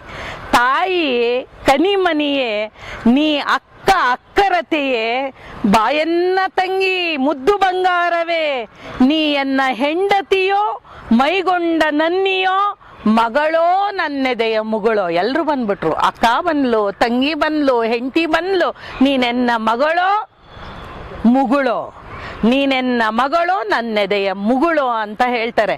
ಅಂದ್ರೆ ಎಲ್ಲ ಕೋಮಲವಾದ ಅಂತಃಕರಣ ಇರೋದು ಹೆಣ್ಣಿನಲ್ಲಿ. ಮಂಗ ಮನಸ್ಸಿನ ಕೂಡ, ಇವನ್ ಮಂಗ, ಗಂಡ್ಸು ಮಂಗ ಮನಸ್ಸಿನ ಕೂಡ ಜಂಗಮ ಜಗತ್ತಿನೊಳು ದಂಗು ಬಡಿದವನಾಗೆ ಹುಚ್ಚುಚ್ಚಂಗೆ ಅಲ್ದಾಡ್ಕೊಂಡಿದ್ದೆ ಸ್ಫೂರ್ತಿಯಾಗುತ್ತೆ ಬಂದು, ಹೆಂಗರುಳಿನಂದದಿ ಗದ್ದವಂ ಪಿಡಿದು ಮುದ್ದಾಡಿ ಮುಂಗುರಳ ತೀಡಿ, ತಿಂಗಳಿನ ಬೆಳಕ ಹೊಂಗೆಳತಿ ಜೊತೆಯಾದೆ ನೀ ಕಂಗಳಿಗೆ, ಕತ್ತಲೆಯೊಳಿದ್ದವಗೆ ಬೆಂದವಗೆ ಸಂತೈಸಿದವು ಶಾಂತಿಯೇ, ನಿನ್ನ ಹೊದಿಕೆಯೇ, ಪ್ರೀತಿಯ ಹೊದಿಕೆಯೇ ನಿದ್ರೆಯಾಗಿ ಬಂತು ಅಂತ ಹೇಳ್ತಾರೆ. ಆ ಗಂಡಸು ಹೆಂಗಸಿಗೆ ಈ ರೀತಿ ಮಾತಾಡಬೇಕು. ನಮ್ಮ ಸಿನಿಮಾಗಳು ಕಲಿಸಿರುವ ಭಾಷೆಯನ್ನೆಲ್ಲ ಮಾತಾಡೋದು. ತಾಯೇ ಕನಿಮನಿಯೇ, ಅಕ್ಕರಿತಿಯೇ, ಬಾಯನ್ನ ತಂಗಿಯೇ, ಮುದ್ದು ಬಂಗಾರವೇ, ಮಗಳೋ ಎನ್ನೆದೆಯ ಮುಗಳೋ. ಅಂದ್ರೆ 4 ಇದೆಯಲ್ಲ, ಸೋದರಿಯಾಗಿ, ತಾಯಿಯಾಗಿ, ಹೆಂಡತಿಯಾಗಿ, ಮಗಳಾಗಿ, ಹೆಣ್ಣು ಅನ್ನೋಳು ಧೀಶಕ್ತಿಯಾಗಿ ನಡೆಸ್ತಾಳೆ. ಇಲ್ಲೊಂದು ತುಂಬಾ ಸುಂದರವಾದ ರೂಪಕ ಇದೆ, ಅದು ನಂಗೆ ತುಂಬಾ ಇಷ್ಟ. ಯಾಕೆಂದ್ರೆ ನಾವು ಚಿಕ್ಕ ವಯಸ್ಸಿನಲ್ಲಿದ್ದಾಗ ಒಂದು ಕನ್ನಡಿ ಎದುರಿಗೆ ಇನ್ನೊಂದು ಕನ್ನಡಿನ ಇಟ್ಕೊಂಡ್ಬಿಡ್ತಿದ್ವಿ. ಒಂದು ಕನ್ನಡಿ ಎದುರಿಗೆ ಇನ್ನೊಂದು ಕನ್ನಡಿ ಇಟ್ಕೊಂಡು ಆ ಕನ್ನಡಿಯ ಪ್ರತಿರೂಪ ಇದ್ರೊಳಗೆ, ಇದ್ರ ಪ್ರತಿರೂಪ ಅದ್ರೊಳಗೆ. ನೀವು ನೋಡಿದ್ದೀರಾ? ಯಾರು ಪ್ರಯೋಗ ಮಾಡಿ ನೋಡಿ, ಅದು ಕೊನೆನೇ ಇಲ್ಲ. ಸಾವಿರಾರು ಕನ್ನಡಿಗಳು, ಅದ್ರ ಪ್ರತಿರೂಪ ಇಲ್ಲಿ ಬೀಳುತ್ತೆ, ಮತ್ತೆ ಅದ್ರ ಪ್ರತಿರೂಪ ಅಲ್ಲಿ ಬೀಳುತ್ತೆ. ಹೀಗೆ ಒಂದು ಕನ್ನಡಿ ಎದುರುಗಿಟ್ರೆ ಎಂಡ್ಲೆಸ್ ಅಂತಾರೆ, ಮುಗಿಯೋದೇ ಇಲ್ಲ. ಆ ರೂಪಕವನ್ನು ಉಪಯೋಗಿಸಿ ಎಷ್ಟು ಚೆನ್ನಾಗಿ ಬರೀತಾರೆ ಅಂದ್ರೆ, ಕನ್ನಡಿಯ ಒಳಗೆ ತೆರಗನ್ನಡಿಯ ಪಡಿ ನೆರಳು, ಒಂದ್ ಕನ್ನಡಿ ಒಳಗೆ ಇನ್ನೊಂದು ದೊಡ್ಡ ಕನ್ನಡಿಯ ನೆರಳು, ಆ ನೆರಳು ಮತ್ತೆ ಈ ಕಡೆಗೆ, ಮತ್ತ ಆ ನೆರಳು ಈ ಕಡೆಗೆ, ಮುಗಿಯೋದೇ ಇಲ್ಲ ನೋಡಿ. ಕಣ್ಣಿದಿರು ಒಬ್ಬರೊಬ್ಬರ ಗೊಂಬೆ, ಗಂಡು ಹೆಣ್ಣಿನ ಗೊಂಬೆ. ಅವನ ಕಣ್ಣಿಗೆ ಇವನು, ಇವ್ ಕಣ್ಣಿಗೆ ಅವನು, ಕಣ್ಣೊಳಗಡೆ ಇದೆ ಅಂತ, ಕಣ್ಣಿದು ಇದೆ. ನನ್ನ ನಿನ್ನಯ ಮನದ ಜೊನ್ನ ಮೊಗ್ಗದ ಮೇಲೆ, ತುಂಬಾ ಚೆನ್ನಾಗಿದೆ ಇದು. ಜೊನ್ನ ಮೊಗ್ಗ ಅಂತಂದ್ರೆ ಬೆಳದಿಂಗಳೇ ಒಂದು ಮೊಗ್ಗ. ನನ್ನ ನಿನ್ನಯ ಬೆಳದಿಂಗಳ ಮಗ್ಗದ ಮೇಲೆ ನಿನ್ನ ಮತ್ತು ನನ್ನೆದೆಯ ಕಸೆಯನ್ನನುಗೊಳಿಸಿ. ಹಾಸು ಹೊಕ್ಕು ಯಾವುದು ಅಂದ್ರೆ ನಿನ್ನೆದೆ ನನ್ನೆದೆ, ಆ ಎರಡನ್ನ ಒಂದು ದಾರ, ಉದ್ದ ದಾರ, ಒಂದು ಅಡ್ಡಡ್ಡ ದಾರ ಹಾಸು ಹೊಕ್ಕಾಗಿ ಮಾಡಿ, ಪ್ರೀತಿ ಎಂಬ ನೇಕಾರತಿಯು ಮುಗಿಯದಿಹ ಬಟ್ಟೆಯನ್ನ ನೇಯುತ್ತಿಹಳು. ಕನ್ನಡಿಯಲ್ಲಿ ಹೇಗೆ ಬಿಂಬ ಮುಗಿಯೋದಿಲ್ವೋ ಹಾಗೆ ಅಂತಹ ಬಟ್ಟೆಯನ್ನ ನೇಯ್ತಾ ಇದ್ದಾಳೆ. ನನ್ನ ನಿನ್ನ ಪ್ರೀತಿ ಇಂಥದ್ದು ಅಂತ ಹೇಳ್ತಾರೆ. ಈ ಮೂಢನನ್ನ ಸರಿ ಮಾಡು ಅಂತ ಕರೀತಾರೆ. ಅವರು ತುಂಬಾ ಬೆಳಕನ್ನು ಕೂಡ ತಾಯಿ ಅಂತ ಬರೀತಾರೆ. ಬೆಳಕನ್ನ ನೋಡಿ, ಬೆಳಕು ಅದು ಸುಮ್ಮನೆ ಓದ್ತೀನಿ, ಅರ್ಥ ಎಲ್ಲ ಹೇಳಲ್ಲ, ನಿಮ್ಗೆ ಅರ್ಥ ಆಗತ್ತೆ. ನಾನಿನ್ನೂ ಒಲವಿಗೆ ಬಂದೇ ಇಲ್ಲ, ಇನ್ನು ಅಂತಃಕರಣದಲ್ಲೇ ಸಾಯ್ತಾ ಇದ್ದೀನಲ್ಪ. ಬಾರೆ ಬೆಳಕಿನ ತಾಯಿ, ಬಾರೆ ಬೆಳಕಿನ ತಾಯಿ, ತಾಯಿ ಎಲ್ಲ ಜೀವದ ಬಾಯಿ, ಅಂಬೆಗರೆಯುತ್ತ ಬಾ. ಎಲ್ಲ ಹಸುವಿಗೆ ಹೋಲಿಸೋದು. ಯಾಕಂದ್ರೆ ಹಸುವು ಕೆಚ್ಚಲು ಸಮೃದ್ಧಿಯಾಗಿ ಹಾಲು ಕರೆಯೋದು, ಜೀವ ಪೋಷಕ ದ್ರವ್ಯ. ಬಾರೆ ಬೆಳಕಿನ ತಾಯಿ, ಜೀವದ ಬಾಯಿ, ಅಂಬೆಗೆರೆಯುತ್ತ ಬಾತಾರೆ ಮಾಮಾಯಿ, ಹಣ್ಣು ಹೂ ಕಾಯಿ. ಹಾಲಗರೆಯುವ ಆವೆ ಅಂದ್ರೆ ಹಸು, ಹಾಲಗರೆಯುವ ಆವೆ, ತಂಪ ಬೀರುತ್ತಿರುವ ಹೂವೆ, ಬರುತ್ತಿಹವು ನಿನ್ನೆಡೆಗೆ ನಮ್ಮ ನಾವೇ. ಬೆಳಕು ಬರುತ್ತೆ, ನಾವೆಲ್ಲ ಮೂರ್ಖರು ಏನ್ ಮಾಡ್ತೀವಿ ಅಂದ್ರೆ ಬಂದ ಬೆಳಕನ್ನ ಸ್ವಾಗತಿಸಲ್ಲ. ಮುಡಲ ಮನೆ ತೆರೆದಾಗ ನಾವೇನು ಮಾಡಬೇಕು? ಎದ್ದು ಹೋಗಿ ತಾಯಿಯ ಅಂತಃಕರಣ ತೆರೆದಾಗ ನಾವು ಹೋಗಬೇಕು, ಬೆಳಕನ್ನ ಸ್ವಾಗತಿಸ್ಬೇಕು. ನಾವೇ ಬರ್ತಾ ಇದೆ. ನೀವು ಬರುವ ಬಟ್ಟೆ ಬಗ್ಗೆ ಹೊಂಬಣ್ಣ ನಸುಕೋ ನಗೆ, ಬಸಿರೆಲ್ಲ ಕೆಚ್ಚಲವೇ ನಿನಗೆ ತಾಯಿ, ಬಸಿರೆಲ್ಲ ಕೆಚ್ಚಲು ನಿನಗೆ ತಾಯಿ. ಎಲ್ಲ ಎಲ್ಲಿ ಇಡೀ ಹೊಟ್ಟೆ ತುಂಬ ಬೀದಿ ನಾಯಿ ರಾಧೆಗೆ ಹೊಟ್ಟೆ ತುಂಬ ಮೊಲೆಗಳು ಅಂತ ಹೇಳ್ತಾರೆ. ಅಂದ್ರೆ ತಾಯಿ ಅನ್ನೋದು ಒಂದು ಜೀವ ಪೋಷಕ ದ್ರವ್ಯ, ಸಮೃದ್ಧಿ ಬೆಳೆಸುವಂಥದ್ದು, ಬೆಳಕು ಕೂಡ. ಆದ್ರೆ ನಾವು ಅದರ ಕಡೆಗೆ ನಡೆಯೋದನ್ನು ನಾವು ಕಲ್ತ್ಕೋಬೇಕು. ನಾವು ಬೆಳಕನ್ನ ಹೇಗೆ ಸ್ವಾಗತಿಸಬೇಕು ಅಂದ್ರೆ, ಬೆಳಕಿನಲ್ಲಿ ಮುಳುಗೆದ್ದು ಬೆಳಕೆ ಮೈಗೊಂಡಿದ್ದು ಹರಿಯಿಸುತ್ತ ತೊರೆಯಿಸುತ್ತ ಬೆಳಕೆ ಬರುತ್ತಿದ್ದಾಗ ನಾಂಬರೇನೆ ಎದ್ದು, ಬರಬೇಕಲ್ವಾ ಎದ್ದು. ಇಷ್ಟು ಬೆಳಕನ್ನ ನೋಡಿ ಸುಮ್ಮನೆ ಕೂತ್ಕೊಂಡ್ರೆ ನೀವು ಮೂಢರು, ಅಜ್ಞಾನಿಗಳು. ಬೆಳಕನ್ನ ಸ್ವಾಗತಿಸಬೇಕು ಅನ್ನುವ ಅರ್ಥದಲ್ಲಿ ಅವರು ಬೆಳಕಿನ ಬಗ್ಗೆ ತುಂಬಾ ಕವಿತೆ, ಚೈತ್ಯಾಲಯದ ಬೆಳಕು ಅಂತ ತುಂಬಾ ಅದ್ಭುತವಾದ ಕವಿತೆಯನ್ನ ಬರೆದಿದ್ದಾರೆ. ಬೆಳಗೋ ಬೆಳಕು ನರನಾಡಿಯಲ್ಲಿ ತುತ್ತೂರಿಯ ಹಾಡಿ ಕುಣಿಯುತ್ತೆ ಬೆಳಕು ಅಂತ. ಅಂದ್ರೆ ಇಡೀ ನಿಸರ್ಗದಲ್ಲಿಯೇ ಅಂತ ಅದ್ಭುತವಾದಂತಹ ಶಕ್ತಿ ಇರುವಾಗ ನಾವೆಲ್ಲೋ ಅದನ್ನ ಕಡೆಗಣಿಸಿದೀವ ಅಂತ. ನನಗೆ ಇಷ್ಟವಾದ ಕೆಲವು ಕವನಗಳನ್ನ ನಾನು ಹೇಳ್ತೀನಿ, ಸಮಯ ಆದ ತಕ್ಷಣ ಹೇಳ್ಬಿಡಪ್ಪ. ಇದೊಂದು ನಾನು ಹೇಳಲೇಬೇಕು. ಇದನ್ನ ಸತ್ಯನಾರಾಯಣ ಅವರು ಮಾತಾಡುವಾಗ ಹೇಳಿದ್ರು, ಚಳಿಯಾಕೆ ಕವನದ ಬಗ್ಗೆ. ಹೇಗೆ ಎಲ್ಲವನ್ನು ಹೆಂಗಸನ್ನಾಗಿ ನೋಡೋದು ನೋಡಿ, ಹೆಣ್ಣಾಗಿ ನೋಡೋದು, ಋತುಮಾನಗಳನ್ನೆಲ್ಲ ಹೆಣ್ಣಿನ ರೂಪದಲ್ಲೇ ನೋಡ್ತಾರೆ ಅವರು. ಎಲ್ಲ ಋತುಗಳನ್ನ, ಬಿಸಿಲಾಕೆ, ನೆರಳಿನವಳು, ಚಳಿ ಆಕೆ, ಈ ತರ ಕಲ್ಪನೆನೇ ಸಾಧ್ಯ ಇಲ್ಲ ಅಲ್ವಾ. ಎಲ್ಲವನ್ನು ಹೆಣ್ಣಿನ ರೂಪದಲ್ಲಿ ನೋಡೋದು. ಇದನ್ನ ಬೇಂದ್ರೆ ಕೃಷ್ಣಪ್ಪ ಅಂತ ತುಂಬಾ ಪ್ರಸಿದ್ಧರು. ಬೇಂದ್ರೆಯನ್ನೇ ಮೈಗೆ, ಮನಸ್ಸಿಗೆ, ದೇಹಕ್ಕೆ ಎಲ್ಲದಕ್ಕೆ ಅಂಟಿಸ್ಕೊಂಡ್ಬಿಟ್ಟು ಬದುಕಿದವರು, ಉಸಿರು ಮಾಡಿಕೊಂಡು. ಅವರು ಕೆಲವನ್ನ ತುಂಬಾ ಚೆನ್ನಾಗಿ ಬರ್ದಿದ್ದಾರೆ ಅದರೊಳಗೆ. ಆ ಬೇಂದ್ರೆ ಕೃಷ್ಣಪ್ಪನವರು ಧಾರವಾಡದಲ್ಲಿ ಕೆಲಸ ಮಾಡ್ತಿದ್ರ, ಏನೋ ಗೊತ್ತಿಲ್ಲ. RTOನಲ್ಲಿ ಮಾಡ್ತಾ ಇದ್ದಾಗ, RTOದಲ್ಲಿ ಇದ್ದಾಗ ಒಂದಿನ ಏನು ಹಾಲು ಬೆಳೆದಿಂಗಳಂತೆ, ಅದ್ಭುತವಾದ ಹಾಲು ಬೆಳೆದಿಂಗಳು, ಏನು ಒಂದು ಹಾಲಿನ ಕಡಲೆ ಉಕ್ಕಿ ಬರ್ತಿದ್ಯೇನೋ ಅನ್ನೋ ತರ ಕಾಣಿಸ್ತಿತ್ತಂತೆ. ಏನಿವತ್ತು ಅಂತ ಅಂದ್ಕೊಂಡ್ರಂತೆ. ಅಷ್ಟೊತ್ತಿಗೆ ಕಂಬಾರರು ಅಲ್ಲಿಗೆ ಬಂದ್ರಂತೆ. ಕಂಬಾರರು ಬಂದಾಗ, ಏನ್ ಸರ್ ಇವತ್ತು ಈ ತರ ಬೆಳದಿಂಗಳು ಅಂದಾಗ, ಕಂಬಾರ ಹೇಳ, ಇದು ಸೀಗೆ ಹುಣ್ಣಿಮೆ ಅಲ್ವಾ, ಸೀಗೆ ಹುಣ್ಣಿಮೆ ಬಂತು ಅಂದ್ರೆ ಚಳಿ ಕಾಲಿಡ್ತಾ ಇದ್ದಾಳೆ ಅಂತ. ಸೀಗೆ ಅಲ್ಲಿ ತನಕ ಅವರಿಗೆ ಗೊತ್ತಿರೋದಿಲ್ಲ. ಸೀಗೆ ಹುಣ್ಣಿಮೆ ಬಂದಾಗ ಚಳಿ ಹಿಂಗ್ ಹೆಜ್ಜೆ ಇಟ್ಕೊಂಡು ಬರ್ತಾಳೆ. ಚಳಿ ಅವಳು, ಚಳಿ ಆಕೆ ಹೆಣ್ಣು, ಅವಳು ಚಳಿ ಆಕೆ ಹೆಂಗ್ ಬರ್ತಾಳೆ ನೋಡಿ. ಅವಳು ಏನೇನು ಆಭರಣ ಧರಿಸಿರ್ತಾಳೆ ಅನ್ನೋದು ಎಷ್ಟು ಚೆನ್ನಾಗಿ ಹೇಳ್ತಾರೆ ಅಂದ್ರೆ, ಮುಗಿಲು ಅಲ್ಲಾಡುವ ಬಾವಿ ಮಲ್ಲಿಗೆ ಅಂದ್ರೆ ಮುಗಿಲ ಮಲ್ಲಿಗೆ, ಹಿಂಗ್ ಜೋತ್ ಬಿದ್ದಿರುತ್ತೆ ನೋಡಿ, ಬಾವಲಿಗಳ ತರ ಜೋತ್ ಬಿದ್ದಿರುತ್ತೆ ಮಲ್ಲಿಗೆಗಳು. ಅವಳು ಬುಗುಡಿ ಹಿಂಗ್ ಹಾಕೊಂಡ್ಬಿಟ್ಟಿದ್ದಾಳೆ. ಇಲ್ಲಿ ಮುಗಿಲೇ ಹಿಂಗ್ ಟಕ್ ಟಕ್ ಅಂತ ಅಲ್ಗಾಡ್ತಿದೆ. ಅಂದ್ರೆ ಏನ್ ಬಂತು ಅಂತ, ಏನ್ ಬರ್ತಾ ಇದೆ ಅಂತ, ಚಳಿ ನಿಮ್ಮನ್ನ ಅಪ್ಕೊಳಕ್ ಬರ್ತಾ ಇರೋದು ಯಾರು, ಚಳಿ. ಹಾಗೆ ಬರ್ಬೇಕಾದ್ರೆ ಮೋಡ ಹಿಂಗ್ ಅಲ್ಗಾಡ್ತಂತೆ. ಆ ಥರದ ಬಾವಿ ಮಲ್ಲಿಗೆಯನ್ನ ಧರಿಸಿದಾಳೆ. ಕಿವಿಗೆ ಒಪ್ಪುವ ಓಲೆ ಕೊಪ್ಪು ಅಂತಂದ್ರೆ ಓಲೆ ಅಷ್ಟೇ. ಆ ಓಲೆಗೆ ಜುಮ್ಕಿ ಒಂದು, ಇದು ಚಳಿತುಂಬ ಅಂತಾರೆ. ಆ ಚಳಿತುಂಬ ಅನ್ನೋ ಪದದಲ್ಲೇ ಚಳಿ ತುಂಬ ಅಂತ ಕೇಳಿಸುತ್ತಲ್ವಾ. ಕಿವಿಗೆ ಒಪ್ಪುವ ಚಳಿತುಂಬ ಬಾವಿ ಮಲ್ಲಿಗೆ ಧರಿಸಿ ಬರ್ತಾ ಇದ್ದಾಳೆ. ಯಾವುದು ಸೆರಗ್ ಮಾಡ್ಕೊಂಡಿದ್ದಾಳೆ ಅಂದ್ರೆ, ಹೊಳೆ ಹೊಂಡಗಳೆಲ್ಲ ಉಸಿರಾಡ್ತವಲ್ಲ, ಎಲ್ಲಕ್ಕೂ ಜೀವ ಇದೆ. ಬೇಂದ್ರೆಯವರ ಪ್ರಕಾರ ಇದು ನಿರ್ಜೀವ ಅಂತ, ಇದನ್ನ ಕಾಲಲ್ಲಿ ಒದೆಯಂಗಿಲ್ಲ. ಒಡಿಲಾಕ ಬಡಿಲಾಕ ಒಡವೆಲ್ಲ ಮಗನ, ಉಸಿರಿದ್ದ ಒಡಲು ಅಂತ ಹೇಳ್ತಾರಲ್ಲ ಅವರು. ಹೊಳೆ ಹೊಂಡದ ಉಸಿರನ್ನೇ ನಯವಾಗಿ ನೇಯ್ದಂತ ಮಂಜಿನ ಮೇಲ್ಸೆರಗು ಹೊದ್ದಿದ್ದಾಳೆ. ಮಂಜಿನಲ್ಲಿ ಮಾಡಿರುವ ಮೇಲ್ಸೆರಗು ಹೊದ್ದಿದ್ದಾಳೆ, ಚಳತುಂಬ ತೊಟ್ಟಿದ್ದಾಳೆ. ಮಂಜು ಶುರುವಾಯ್ತು. ಏನ್ ಬೀಳಕ್ ಶುರುವಾಯ್ತು? ಮಂಜು ಬೀಳೋದವು ಯಾವಾಗ ಅಂತಂದ್ರೆ ಸೀಗೆ ಹುಣ್ಣಿಮೆಯಿಂದ ಬೀಳುತ್ತೆ, ಚಳಿಗಾಲ ಕಾಲಿಡುತ್ತೆ. ಆಗ ನೀವ್ ಯಾರಾದ್ರೂ ಹಳ್ಳಿಯವರಾಗಿದ್ರೆ, ನಾವೆಲ್ಲ ಗಮನಿಸಿದೀವಿ, ಅಕ್ಟೋಬರ್ ತಿಂಗಳಾದ್ಮೇಲೆ ಎಲ್ಲ ರಾಗಿ ತೆನೆಗಳಿರ್ಬೋದು, ಭತ್ತದ ತೆನೆಗಳೆಲ್ಲ ಇರೋದು, ಹಾಲು ಸೀತ್ನಿ ಅಂತ ಇರಲ್ಲ ನೀವು, ಹಾಲು ಕಟ್ಕೊಳ್ಳುತ್ತಲ್ಲ, ತುಂಬಿಕೊಳ್ಳುತ್ತೆ, ಕಾಳಿಗೆ ಹಾಲು ತುಂಬಿಕೊಳ್ಳುತ್ತಲ್ಲ. ಹಾಲು ತುಂಬಿಕೊಳ್ಳೋ ಸಮಯದಲ್ಲಿ ಅವಳು ತಾಯಿ, ಚಳಿಯಾಕೆ ಹೆಣ್ಣು, ಹೆಂಗಂಗೋ ಬರಬಾರ್ದು ಅವಳು. ಆ ಮಂಜಿನ ಸೆರಗನ್ನ ಬೇರೆ ಹೊದ್ದಿದ್ದಾಳೆ. ಹಿಂಗೆ ಭತ್ತದ ತೆನೆಗಳೆಲ್ಲ ಹಾಲಿನ ಒಂದು ಬಂಗಾರದ ಕಡಲಿನಂತೆ ತೂಗ್ತಾ ಇದೆಯಂತೆ. ಬಂಗಾರದ ಅಪ್ಪ ಎಷ್ಟು ಚೆನ್ನಾಗಿದೆ ಅಂದ್ರೆ, ಹೊಂಗಡಲು ಹೊಯ್ದಾಡಿದಳು ನೆಲ್ಲು ತಲೆದೂಗೆ. ಭತ್ತದ ಗದ್ದೆಗಳೆಲ್ಲ ಚಿನ್ನದ ಕಡಲು ಹೊಯ್ದಾಡಿದ ಹಾಗೆ ತೂಗ್ತಾ ಇದ್ದಾಗ ಇವ್ರು ಹೇಳ್ತಾರೆ, ಬಾ ಸುಮ್ಮನೆ ಈ ಸಾಡಿ ಒಂದ್ಸಲ ಸೆರಗಿ ಹಿಂಗ ಆರಿಸ್ಕೊಂಡು ಬಂದ್ಬಿಡ್ಬೇಕು, ಜಾಸ್ತಿ ಚಳಿ ಬರಬಾರ್ದು. ಮಂಜು ಜಾಸ್ತಿ ಏನಾದ್ರು ಬಿದ್ದರೆ ಕಾಳೆಲ್ಲ ನಂಜಾಗಿ ಹೋಗುತ್ತೆ.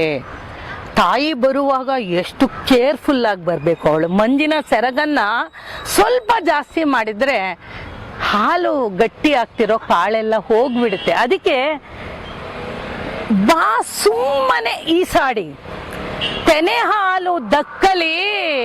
ಈ ಮಕ್ಕಳು ಹಾಲು ಕುಡಿದ ಮೇಲೆ ಕಕ್ಬಿಡ್ತೀವಿ ಅಂತ ಹಿಂಗೆಲ್ಲ ಇಟ್ಕೊಂಡು ಅದನ್ನ ಸರಿ ಮಾಡ್ತಾರೆ. ಅದಕ್ಕೆ ಜಾಸ್ತಿ ಹಂಗೆಲ್ಲನೂ ಆಡ್ಬೇಡ, ಸುಮ್ಮನೆ ಸೆರಗು ಹಿಂಗ್ ಬೀಸ್ಕೊಂಡ್ ಬಾ. ತೆನೆ ಹಾಲು ದಕ್ಕಲಿ ಕಕ್ಕಿಸಬೇಡ ಅದನ್ನು ನಿನ್ನ ನಂಜಿನ ಸೆರಗ ಬೀಸಾಡಿ.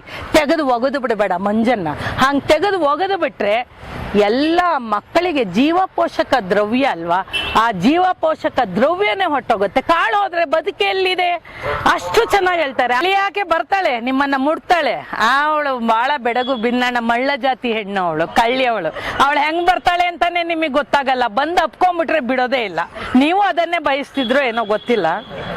ಅವಳು ಬರೋದು ನೋಡಿ, ಕಣ್ಣಿಗೆ ಕಾಣದೆ ಮೈ ಮುಟ್ಟಿ ತುಟಿ ಮುಟ್ಟಿ, ಆಹಾ ಮಿಸುಕದೆ ಮುಸುಕಿಗೆ ಹೋಗುವಾಕೆ, ಅಡಿಗೊಮ್ಮೆ ನಡುಗಿ ಇರುಳ ಬೆಳದಿಂಗಳಕ್ಕೆ ಬಿಳಿಮೋಡ ನಗುವಂತೆ ನಗುವಾಕೆ, ಉಸಿರಿಗೂ ಮುರುಕಂದ್ರೆ ಸಂಗತಿ ಅಂತ ಹೇಳ್ತಾರೆ.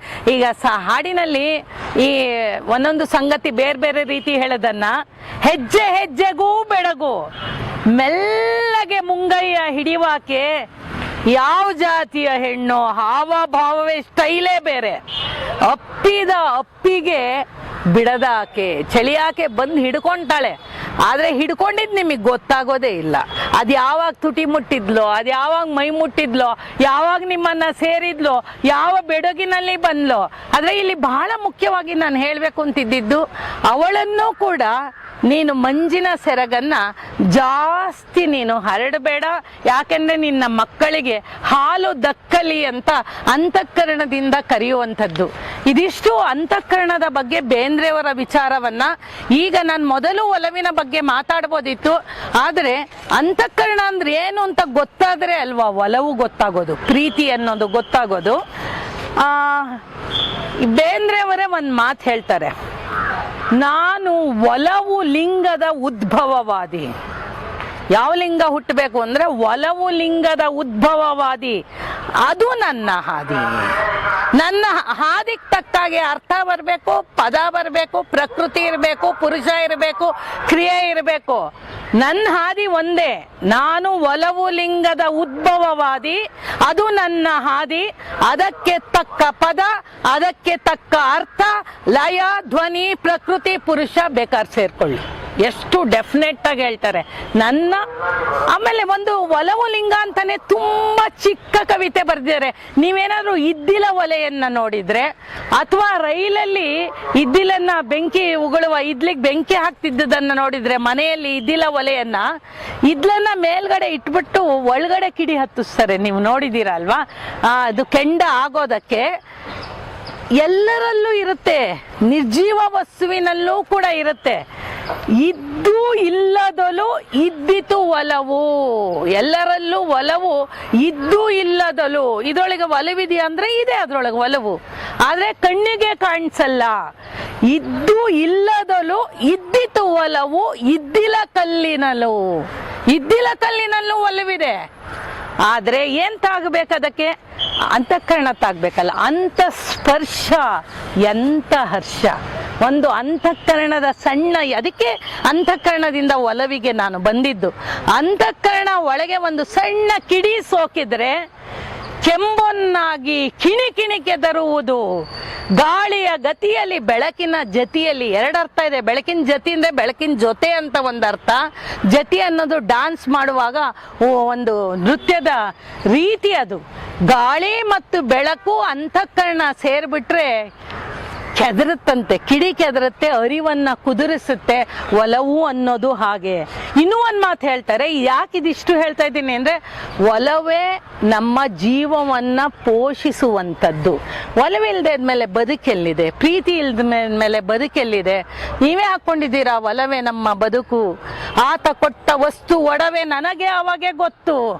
ಅಲ್ಲೂ ನೋಡಿ, ತೋಳುಗಳಿಗೆ ತೋಳ ಬಂದಿ, ಇಲ್ಲಿ ತೋಳ ಬಂದಿಂದ್ರೆ ಆಭರಣ ಕೊಟ್ಟಿಲ್ಲ, ಗಿಫ್ಟ್ಗಳನ್ನ ಕೊಡೋದಲ್ಲ. ತೋಳುಗಳಿಗೆ ತೋಳ ಬಂದಿಂದ್ರೆ ಅಪ್ಕೊಳ್ಳೋದು. ಕೆನ್ನೆ ತುಂಬಾ ಮುತ್ತು, ಮುತ್ತು ಅಂದ್ರೆ ಒಡವೆ ಅಲ್ಲ.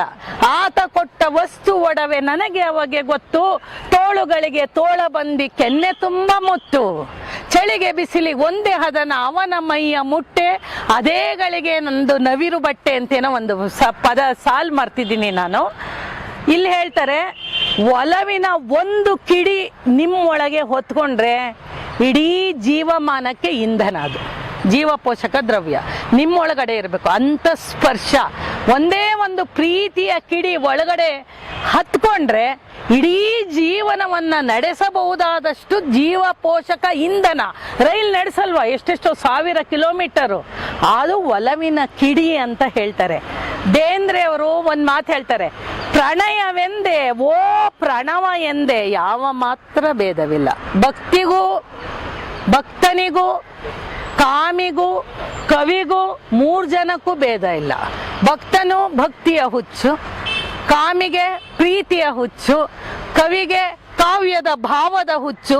ಅದಕ್ಕೆ ಪ್ರಣವ ಅಂದ್ರೂ ಒಂದೇ, ಪ್ರಣಯ ಅಂದ್ರೂ ಒಂದೇ, ಯಾವುದು ಭೇದ ಇಲ್ಲ. ಅವರ ಒಂದು ಕವನ ಅಂತಾನೆ ಒಂದು ಕವನ ಇದೆ. ಆ ಕವನದಲ್ಲಿ ಹೇಳ್ತಾರೆ, ಒಲವಿನ ಒಲವನ್ನು ಒಟ್ಟಿತು ಜೇನು ಹುಟ್ಟಿಯ ಕಟ್ಟಿತು ಹಾಡು ಹುಟ್ಟಿತು ಅಂತ ಹೇಳ್ತಾರೆ. ಯಾವಾಗ ಹಾಡು ಹುಟ್ಟುತ್ತೆ ಅಂದ್ರೆ, ನೀವೇನಾದ್ರೂ ಹೊಲವನ್ನ ನೋಡಿದ್ರೆ ಹೊಲದಲ್ಲಿ ಧಾನ್ಯವನ್ನೆಲ್ಲ ಕೇರಿದ ಮೇಲೆ ಒಟ್ಟುತ್ತಾರೆ. ಇವ್ರು ಯಾವುದನ್ನ ಒಟ್ಟಬೇಕು ಅಂತ ಹೇಳ್ತಾರೆ ಅಂದ್ರೆ, ಒಲವಿನ ಒಲವನ್ನು ಒಟ್ಟಿತೋ ಜೇನು ಹುಟ್ಟಿಯ ಕಟ್ಟಿತೋ ಹಾಡು ಹುಟ್ಟಿತೋ. ಹಾಡು ಹೃದಯದಲ್ಲಿ ಹುಟ್ಟಬೇಕಾದ್ರೆ ಮೊದಲು ನೀವು ಒಲವಿನ ಒಲವನ್ನ ಒಟ್ಟಬೇಕು. ಅದೇ ಕಾಳು ಅನ್ನೋದು ಜೀವ ಪೋಷಕ ದ್ರವ್ಯ, ಹಾಲು ಅನ್ನೋದು ಜೀವ ಪೋಷಕ ದ್ರವ್ಯ. ಇದೆಲ್ಲವೂ ಬರುವುದು ಒಲವಿನಿಂದ. ನನಗನ್ನಿಸ್ತೆ ಜಾಸ್ತಿ ಮಾತಾಡ್ತಿದ್ದೀನಿ ಅಂತ, ಇನ್ನು ತುಂಬಾ ಹೇಳೋದಿತ್ತು ನನಗೆ. ಆದ್ರೆ ಒಂದು ಮುಖ್ಯವಾದ ಅಹಲ್ಯೆ ಅಂತ ಒಂದು ಕವನ ಇದೆ. ಇದ್ರ ಬಗ್ಗೆ ಯಾರು ಅಷ್ಟು ಚರ್ಚೆ ಮಾಡಿಲ್ಲ. ಯಾಕೆ ಚರ್ಚೆ ಮಾಡಿಲ್ಲ ನನಗೆ ಗೊತ್ತಿಲ್ಲ. ನಾನು ತುಂಬಾ ಕವನಗಳನ್ನ ತಂದಿದ್ರು. ಎಷ್ಟು ಟೈಮು ಅದರೊಳಗೆ ಒಲವಿಲ್ಲದೆ ಇದ್ರೆ ಹೇಗಿರುತ್ತೆ, ಒಲವಿದ್ದಾಗ ಹೇಗಿರುತ್ತೆ, ಈ ಕವನವನ್ನೆಲ್ಲ ನಾವು ಓದಲ್ಲ. ಕೆಲವು ಸಾಲನ್ನ ಮಾತ್ರ ಓದ್ತಿದ್ದೀನಿ. ಅಹಲ್ಯೆ ಅತ್ಯಂತ ಸುಂದರಿ. ಅಹಲ್ಯ ಅಂದ್ರೆ ಉಳದು ಉಳದೇ ಇರೋಳು ಅಂತ ಅನ್ನೋ ಅರ್ಥದಲ್ಲಿ, ವರ್ಜಿನ್ ಅನ್ನುವ ಅರ್ಥದಲ್ಲಿ ಅಹಲ್ಯೆ ಗೌತಮ ಮುನಿಯ ಹೆಂಡತಿ. ಗೌತಮ ಯಾವುದೋ ಒಂದು ತಪಸ್ಸಾಧನೆಗೆ ಚಿಕ್ಕ ಸುಂದರಿ ಹೆಂಡತಿಯ ಒಲವನ್ನ ಬಿಟ್ಟು ತನ್ನ ತಪಸ್ಸಿನಲ್ಲಿ ನಿರತನಾಗಿರ್ತಾನೆ. ಅವಳಿಗೂ ಯೌವನ ಬರುತ್ತೆ, ಸುಂದರಿಯಾಗಿರ್ತಾಳೆ, ಹೃದಯದಲ್ಲಿ ಒಲವು ಹುಟ್ಟಿದೆ, ಅದನ್ನ ಪೂರೈಸೋದಕ್ಕೆ ಗಂಡ ಇಲ್ಲ. ಆ ಸಮಯದಲ್ಲಿ ಅವಳ ಸೌಂದರ್ಯವನ್ನ ನೋಡಿ ಇಂದ್ರ ಗೌತಮನ ವೇಷ ಧರಿಸಿ ಬರ್ತಾನೆ, ಅವಳನ್ನ ಕೂಡ್ತಾನೆ ಅಂತ ಕತೆ ಹಿಂದೆ ಇದ್ದಿದ್ದು. ಆಮೇಲೆ ಎಲ್ಲೋ ಅಹಲ್ಯೆಯ ಪಾವಿತ್ರ್ಯ ಹಾಳಾಗ್ಬಿಡುತ್ತೆ ಅಂತ ಅದನ್ನ ಬದಲಾವಣೆ ಮಾಡಿದ್ದು. ಮೊದಲು ಇದ್ದಿದ್ದು ಇಂದ್ರ ಗೌತಮನ ವೇಷವನ್ನ ಧರಿಸಿದ್ರೂ ಕೂಡ ಅಹಲ್ಯೆಗೆ ಅವನ್ ಗೊತ್ತಾಗತ್ತೆ ಗೌತಮ ಅಲ್ಲ ಅಂತ. ಆದರೂ ಅವನನ್ನ ಸೇರ್ತಾಳೆ ಯೌವನದ ಸಹಜ ಮೋಹದಲ್ಲಿ ಅಂತ. ಆಮೇಲೆ ಕಥೆಯನ್ನ ಸ್ವಲ್ಪ ಬದಲಾವಣೆ ಮಾಡಿ ಆಮೇಲೆ ಪೂತಿನ ಅವರು ಅಹಲ್ಯೆ ಬರ್ದಿದ್ದಾರೆ. ಅದೇ ಸಮಯಕ್ಕೆ ಗೌತಮ ಅಲ್ಲಿಗೆ ಬಂದು ನೀನು ಕಲ್ಲಾಗು ಅಂತ ಶಾಪ ಕೊಡ್ತಾನೆ. ನಿಮ್ಗೆ ಆ ಕಥೆ ಎಲ್ಲರಿಗೂ ಗೊತ್ತು. ಅವಳು 1000 ವರ್ಷಗಳ ಕಾಲ ಕಲ್ಲಾಗಿ ಬಿದ್ದಿದ್ಲು. ಇವರು ಪೂತಿನ ಬದಲಾವಣೆ ಮಾಡಿ ಅವಳು ಗಾಳಿ ಗೋಳಾಗಿದ್ಲು. ಅವಳು ಇದ್ರೂ ಕೂಡ ಯಾರ ಕಣ್ಣಿಗೂ ಕೂಡ ಕಾಣಿಸ್ತಾ ಇರ್ಲಿಲ್ಲ ಅಂತ. ಯಾಕೆ ಅವಳು ಗಂಡ ಬದುಕಿದ್ದಾಗಲೇ ಕಲ್ಲಾಗಿದ್ಲು? ನಿಜ ಹೇಳ್ಬೇಕು ಅಂದ್ರೆ ಅವಳು ಸತ್ವದಲ್ಲಿ ನಲ್ಲೆ. ಹೆಣ್ಣು ಮಕ್ಕಳು ಸತ್ವದಲ್ಲಿ ಸದಾ ನಲ್ಲೆಯರೇ, ಸದಾ ಪ್ರೀತಿ ಇರುವವರೇ. ಆದರೆ ಜೊತೆಯಲ್ಲಿರೋರು ಯಾರು ಅನ್ನೋದ್ರ ಮೇಲೆ ಅವರೊಳಗಿರುವ ಭಾವನೆಗಳು ನಿರ್ಧಾರ ಆಗೋದು. ಗಂಡ ಕಲ್ಲಿನಂತೆ ಇದ್ದು ಹೆಣ್ಣನ್ನ ಒಲವನ್ನ ಬಯಸಿದ್ರೆ ಹೇಗೆ ಸಾಧ್ಯ? ಅದಕ್ಕೆ ಇವ್ರು ಹೇಳ್ತಾರೆ, ಇದು ಎರಡು ಕೊನೆ ಮತ್ತೆ ಮೊದಲನೇ ಪ್ಯಾರಾಗ್ರಾಫ್ ಓದ್ತಾ ಇದ್ದೀನಿ ನಾನು ಅಷ್ಟೇ. ಒಲವನು ಶಾಪ ಕೊಡ್ತಾನಲ್ಲ ಕಲ್ಲಾಗು ಅಂತ, ಒಲವನು ತೋರುವ ಕಣ್ಣಲ್ಲಿ ಮೂಡಿದೆ ಕೆಂಗಿಡಿಯು, ಒಲವನು ನೀಡುವ ಎದೆಯಲ್ಲಿ ಜಡ ಭಾವದ ಜರಿಯು. ಜೀವಂತಿಕೆನೇ ಇಲ್ಲ, ಕಣ್ಣು ಕೆಂಗಿಡಿ, ಒಲವು ಇರಬೇಕು ಕಣ್ಣಿನಲ್ಲಿ, ಅಂತಃಕರಣ ಇಲ್ಲ, ಒಲವು ಇಲ್ಲ. ಒಲವನ್ನು ನೀಡುವ ಎದೆಯಲ್ಲಿ ಜಡ ಭಾವದ ಜರಿಯು. ಅದೇ ಶಾಪ ಮಾತ್ರ ಕೊಟ್ಬಿಡ್ತಾನೆ, ನೀನು ಇಂದ್ರನನ್ನ ಸೇರ್ದೆ ಅದರಿಂದ ಕಲ್ಲಾಗು ಅಂತ. ಮುನಿ ನೊಂದನು, ಛೀ ಎಂದನು. ಅವನು ಶಾಪ ಕೊಡ್ತಾನಲ್ಲ, ಬೆರಗಾದಳು, ಕಲ್ಲಾದಳು. ಅಹಲ್ಯೆ ಮೊದಲೇ ಕಲ್ಲಾಗ್ಬಿಟ್ಟಿದ್ಲು, ಇನ್ನು ಪೂರ್ತಿ ಕಲ್ಲಾಗ್ಬಿಟ್ಲು. ಎಲೆ ಜಾರಿಣಿ ನೀ ಜಾರಿದೆ ಜರ್ಜರನೆ ಎನೆ, ಮನ ಮರುಗಿತು ಮಡಗಿತು ಅಲ್ಲೇ ಮರ್ಮರನೆ. ಕುಸ್ತೋಗಿ ಕಲ್ಲಾಗ್ಬಿಟ್ಲು ಅವಳು. ಅವಳು ನಿಜವಾದ ಅರ್ಥದಲ್ಲಿ ಕಲ್ಲಾದ್ಲು ಅಂತ ನೀವು ತಗೋಬಾರ್ದು. ಹೆಂಡತಿಯನ್ನ ಜಾರಿಣಿ ಇಂಥ ಪದಗಳನ್ನ ಬಳಸಿದ ತಕ್ಷಣನೇ ಕುಸಿದು ಕಲ್ಲಾಗ್ಬಿಟ್ಲು. ರಾಮ ರಾಮ, ಏನಿದು ಈ ಮಾತು, ಗಂಡ ಈ ಥರ ಮಾತಾಡ್ತಿದ್ದಾನೆ ಅಂತ. ಆದರೆ ಅವಳಿಗೆ ಸಾವಿರಾರು ವರ್ಷಗಳ ಮೇಲೆ ಇದ್ದಕ್ಕಿದ್ದಂತೆ ಅವಳು ಕಲ್ಲಾಗಿ ಬಿದ್ದ ವನದಲ್ಲಿ ಇದ್ದಕ್ಕಿದ್ದಂತೆ ಕೋಗಿಲೆಯ ಸಂಗೀತ ಕೇಳಿಸ್ತು. ಇದ್ದಕ್ಕಿದ್ದಾಗೆ ಮರಗಳು ಚಿಗುರೋದಕ್ಕೆ ಶುರುವಾಯಿತು. ಇದ್ದಕ್ಕಿದ್ದಂತೆ ಪೆಂಪಿನ ಗಾನ ಕೇಳಿಸ್ತು. ಯಾಕೆಂದ್ರೆ ಅಂತಃಕರಣ ಒಲವನ್ನ ತುಂಬಿಕೊಂಡಿದ್ದ ರಾಮ ಆ ಕಾಡಿಗೆ ಕಾಲಿಟ್ಟ. ಆ ಕಾಲಿಟ್ಟ ತಕ್ಷಣ ಕಲ್ಲಾಗಿದ್ದ ಅಹಲ್ಯೆಯೂ ಕೂಡ ಏನಾದ್ಲು, ನಲ್ಲೆಯಾದಳು. ಆಯಿತು ನಲ್ಲೆ. ಕೊನೆಗೆ ಎಂಡ್ ಮಾಡ್ತಾರೆ. ಯಾಕೆ ಕಲ್ಲಾಗಿದ್ದು ನಲ್ಲೆ ಅಂದ್ರೆ, ನಾವೆಲ್ಲರೂ ಒಳಗಡೆ ನಲ್ಲೆಯರೇ ಆಗಿದ್ದೀವಿ. ಆದರೆ ನಮ್ಮ ಜೊತೆ ಇರೋರು ಹೇಗಿದ್ದಾರೆ ಅನ್ನೋದು ಬಹಳ ಮುಖ್ಯ ಅಲ್ವಾ? ನಾವು ಪ್ರತಿಸ್ಪಂದನೆಯನ್ನ ಮಾಡಬೇಕಾದ್ರೆ, ನಮ್ಮ ಒಲವನ್ನ ತೋರ್ಬೇಕಾದ್ರೆ ಜೊತೆಯಲ್ಲಿರುವವರೆಗೂ ಹೃದಯದಲ್ಲಿ ಒಲವಿರಬೇಕು. ಅಹಲ್ಯೆಯ ಜೊತೆಯಲ್ಲಿದ್ದವನಿಗೆ ಒಲವಿರಲಿಲ್ಲ, ಆ ಮುನಿಗೆ ಒಲವಿರಲಿಲ್ಲ, ಕಲ್ಲಾದ್ಲು. ಕಲ್ಲಾಗಿದ್ರೂ ಕೂಡ ಒಲವು ಅಂದ್ರೆ ಬರೀ ಪ್ರೀತಿ ಪ್ರಣಯ ಅಂತಲ್ಲ, ಎಲ್ಲ ಅರ್ಥದಲ್ಲೂ ತಗೋಬೇಕು. ಒಲವಿರುವ ರಾಮ ಕಾಲಿಟ್ಟಾಗ, ಪಾದ ಸ್ಪರ್ಶಿಸಿದಾಗ ಕಲ್ಲಾಗಿದ್ದವಳು ಮನುಷ್ಯ ರೂಪ ತಾಳಿದ್ಲು ಅಂತ ಹೇಳ್ತಾರೆ. ನಾನು ಅದನ್ನ ನಂಬಲ್ಲ. ಒಲವು ತುಂಬಿಕೊಂಡ ಒಂದು ಎದೆ, ಈಗಿಷ್ಟು ಜನರ ನಡುವೆ ಅಂತಃಕರಣ ತುಂಬಿಕೊಂಡ, ಒಲವು ತುಂಬಿಕೊಂಡ ಒಂದು ಎದೆ ಪ್ರವೇಶ ಮಾಡಿಬಿಟ್ರೆ ನಾವೆಲ್ಲರೂ ಖುಷಿ ಪಟ್ಬಿಡ್ತೀವಿ, ಸಂತೋಷ ಪಡ್ತೀವಿ. ಯಾಕೆಂದ್ರೆ ಅಲ್ಲಿ ಜೀವಂತಿಕೆ ಇದೆ. ಶಾಪ ಕೊಡುವಾಗ ಜೀವಂತಿಕೆ ಇರಲ್ಲ, ನೀ ಜಾರಿಣಿ ಅನ್ನುವಾಗ ಜೀವಂತಿಕೆ ಇರಲ್ಲ. ಅದನ್ನ ಈ ಪದ್ಯದ ಬಗ್ಗೆ ಯಾರು ಅಷ್ಟು ಮಾತಾಡಿಲ್ಲ. ನನಗೆ ಬಹಳ ಮುಖ್ಯ ಅಂತ ಅನ್ನಿಸ್ತು. ಯಾಕೆಂದ್ರೆ ಅಹಲ್ಯೆ ಬದುಕಿದ್ದಾಗ ಕಲ್ಲಾಗಿದ್ಲು, ಕಲ್ಲಾದ ಮೇಲೆ ನಲ್ಲೆಯಾದ್ಲು. ಯಾಕೆಂದ್ರೆ ಆ ಗೌತಮ ಮುನಿಯೊಂದಿಗಿದ್ದಾಗ ಕಲ್ಲಾಗಿದ್ಲು. ರಾಮನ ಪಾದ ಸ್ಪರ್ಶದಲ್ಲಿ ಒಲವು ಹುಟ್ಟಿತ್ತು. ಯಾಕೆಂದ್ರೆ ಒಲವೆಂಬ ಏನಪ್ಪದು, ಹೊತ್ತಿಗೆ ನೋದ ಬಯಸುತ್ತಾ ಬೆಲೆ ಎಷ್ಟೆಂದು ಕೇಳುವೆ ನೀನು ಹುಚ್ಚ, ಹಲ ಜನುಮ ಕಳೆದರು. ಹೇಳಿ ಸತ್ಯ. ತೆರಲಾರೆ ನೀ ಅಲ್ಲ, ತೆರಲಾರೆ ನೀ ಅಂಚೆ ವೆಚ್ಚ. ಅಂದ್ರೆ ಒಲವಿನ ಗ್ರಂಥಕ್ಕೆ ಬೆಲೆಯನ್ನ ಕಟ್ಟೋದಕ್ಕೆ ಸಾಧ್ಯ ಇಲ್ಲ. ನೀವೇನೋ ಎಷ್ಟು ಇದ್ರು ಬೆಲೆ ತಗೊಂಡ್ಬಿಟ್ಟು ಓಹೋ ಪುಸ್ತಕ ಬರ್ದಿದಾರಲ್ಲ ಒಲವಿನ ಬಗ್ಗೆ, ಬೇಂದ್ರೆಯವ್ರದ್ದು ಎಷ್ಟು ಬೆಲೆ ಅಂತ ಕೇಳಕ್ಕಾಗಲ್ಲ. ಒಲವೆಂಬ ಹೊತ್ತಿಗೆ ನೋದ ಬಯಸುತ್ತ ನೀನು ಬೆಲೆ ಎಷ್ಟೆಂದು ಕೇಳುವೆ, ಹಲ ಜನುಮ ಕಳೆದರೂ ನೀ ತೆತ್ತಲಾರೆ ಬರೀ ಅಂಚೆ ವೆಚ್ಚ, ಪೋಸ್ಟಲ್ ಚಾರ್ಜ್ ಕೊಡಕ್ ನಿಂಗೆ ಯೋಗ್ಯತೆ ಇಲ್ಲ ಅಂತ ಹೇಳ್ತಾರೆ. ಆ ಒಲವಿನ ಬಗ್ಗೆ ಹೃದಯ ಸಂಪುಟದಲ್ಲಿ ಒಲವ ಲೆಕ್ಕಣಿಕೆ ಒಲವ ಏನು ಮಾಡಿ ಬರೆಯಲ್ಲ ಹುಡುಗ ನಿನ್ನ ಒಕ್ಕಣಿಕೆ. ನೀನು ಸಂಪುಟಕ್ಕೆ ಇನ್ನೊಂದು ಸಂಪುಟ ಸೇರ್ಸು, ನಿನ್ನ ಹೃದಯ ಸಂಪುಟದಲ್ಲಿ ಇನ್ನೊಂದು ಒಲವಿನ ಪುಟಗಳನ್ನ ಸೇರ್ಸು. ಆದ್ರೆ ಒಲವಿನ ಪುಟಕ್ಕೆ ಬೆಲೆ ಎಷ್ಟು ಅಂತ ನೀನ್ ಕೇಳಬೇಡ. ಯಾಕೆಂದ್ರೆ ಒಲವನ್ನ ಬೆಲೆ ಕಟ್ಟೋದಕ್ಕೆ ಸಾಧ್ಯನೇ ಇಲ್ಲ. ಕೊಡುವುದೇನು ಕೊಂಬುದೇನು, ಬೇಂದ್ರೆಯವರು ಹೇಳೋದು, ಕೊಡೋದೇನು ಕೊಂಬುದೇನು, ಒಲವು ಪ್ರೀತಿ ಸ್ನೇಹ ಅಷ್ಟೇ. ಅದು ಬೇಂದ್ರೆಯವ್ರಿಗೆ ತುಂಬಾ ಸರ್ವಜ್ಞನ ವಚನದ ಅನ್ನೋದ ಬಗ್ಗೆ ತುಂಬಾ ನಂಬಿಕೆ ಇದೆ ಹಲವಾರು ಕಡೆ. ಕೊಟ್ಟಿದ್ದು ತನಗೆ ಬಚ್ಚಿಟ್ಟಿದ್ದು ಪರರಿಗೆ, ಕೊಟ್ಟು ಕೆಟ್ಟೆನೆನ ಬೇಡ ಮುಂದೆ ಕಟ್ಟಿಹುದು ಬುತ್ತಿ ಅಂತ ಹೇಳ್ತಾರಲ್ಲ. ಯಾವಾಗಲೂ ಕೊಡುವುದರಿಂದ ವೃದ್ಧಿ ಆಗತ್ತೆ. ಪ್ರೀತಿ ಎಲ್ಲವೂ ಕೂಡ ಜಾಸ್ತಿ ಆಗೋದು ಕೊಡೋದ್ರಿಂದ. ನಾವೇನಂತ ತಿಳ್ಕೊಂಡ್ಬಿಟ್ಟಿದ್ದೀವಿ, ಬಚ್ಚಿಟ್ಕೋಬೇಕು ಅಂತ ತಿಳ್ಕೊಂಡಿದ್ದೀವಿ. ಅದಕ್ಕೆ ಸರ್ವಜ್ಞ ಹೇಳ್ತಾನೆ, ಕೊಟ್ಟಿದ್ದು ತನಗೆ ಬಚ್ಚಿಟ್ಟಿದ್ದು ಪರರಿಗೆ, ಕೊಟ್ಟು ಕೆಟ್ಟೆನೆನ ಬೇಡ ಮುಂದೆ ಕಟ್ಟಿಹುದು ಬುತ್ತಿ. ಅದನ್ನ ನಂಬ್ಕೊಂಡಿದ್ರು. ಅದಕ್ಕೆ ಅವರು ಕೊಡುವುದೇನು ಕೊಂಬುದೇನು, ಒಲವು ಸ್ನೇಹ ಪ್ರೀತಿ ಅಂತ ಬೇಂದ್ರೆ ಅವರು ಹೇಳ್ತಾರೆ. ಆ ಒಲವನ್ನ ನೀವು ಹಂಚಿದಷ್ಟು, ಕೊಟ್ಟಷ್ಟು ಅಧಿಕವಾಗಿ ನಿಮ್ಗೆ ಮರಳಿ ಬರುತ್ತೆ. ನಾನು ಸತ್ಯ ಈ ಕೂತು ಮಾತಾಡ್ತಿದ್ದು ನಮ್ಮ ಮಾತುಕತೆಗೆ ನಾವು ಯಾರಿಗೂ ಒಂದು ವೈಯಕ್ತಿಕವಾಗಿ ಕೂಡ ಮೆಸೇಜ್ ಕಳಿಸಿರಲ್ಲ. ಫೇಸ್ಬುಕ್ ಅಲ್ಲಿ ಹಾಕಿರ್ತೀವಿ. ದಿನೇ ಅಲ್ಲಿ ಬರುವ ಜನರನ್ನ ನೋಡಿದಾಗ ನಮ್ಗೆ ಏನೂ ಇಲ್ಲ, ಇಲ್ಲಿ ಪ್ರೀತಿಯನ್ನ ಕೊಡ್ತೀವಿ, ಪ್ರೀತಿಯನ್ನ ಪಡಿತೀವಿ. ಪ್ರೀತಿಯನ್ನ ಕೊಡೋದು, ಪ್ರೀತಿಯನ್ನ ಪಡೆಯೋದು ಅಷ್ಟೇ. ಕೊಡುವುದೇನು ಕೊಂಬುದೇನು, ಒಲವು ಸ್ನೇಹ ಪ್ರೀತಿ. ಅದನ್ನ ಕೊಡೋದಕ್ಕೆ ಮನುಷ್ಯ ಹಿಂಜರಿತಾನೆ. ಯಾಕೆಂದ್ರೆ ನಾನು ಅಂತ ಇರುತ್ತಲ್ಲ. ಅವ್ರ ಜ್ಞಾನಪೀಠ ಪಡೆದಾಗ ಒಂದು ಕೊನೆಯಲ್ಲಿ ಆ ಮಾತು ಅವ್ರು ಹೇಳಿದ್ದನ್ನ ನಾನು ಹೇಳ್ತೀನಿ, ಬಹಳ ಮುಖ್ಯ ಅದು. ಆಮೇಲೆ ಅವರು ಬಹಳ ಮುಖ್ಯವಾದ ಎಲ್.ಸಿ. ಸುಮಿತ್ರ ಅವರು ಇದ್ರ ಬಗ್ಗೆ ಬರೆದಿದ್ದಾರೆ ನೋಡಿ. ಇಡೀ ಭಾರತೀಯ ಕಾವ್ಯದಲ್ಲಿಯೇ ಹೆಣ್ಣನ್ನ, ಹೆಂಡತಿಯನ್ನ ಸಖಿ, ಸ್ನೇಹಿತೆ ಅಂತ ಕರೆದಿದ್ದೇ ಇಲ್ಲ.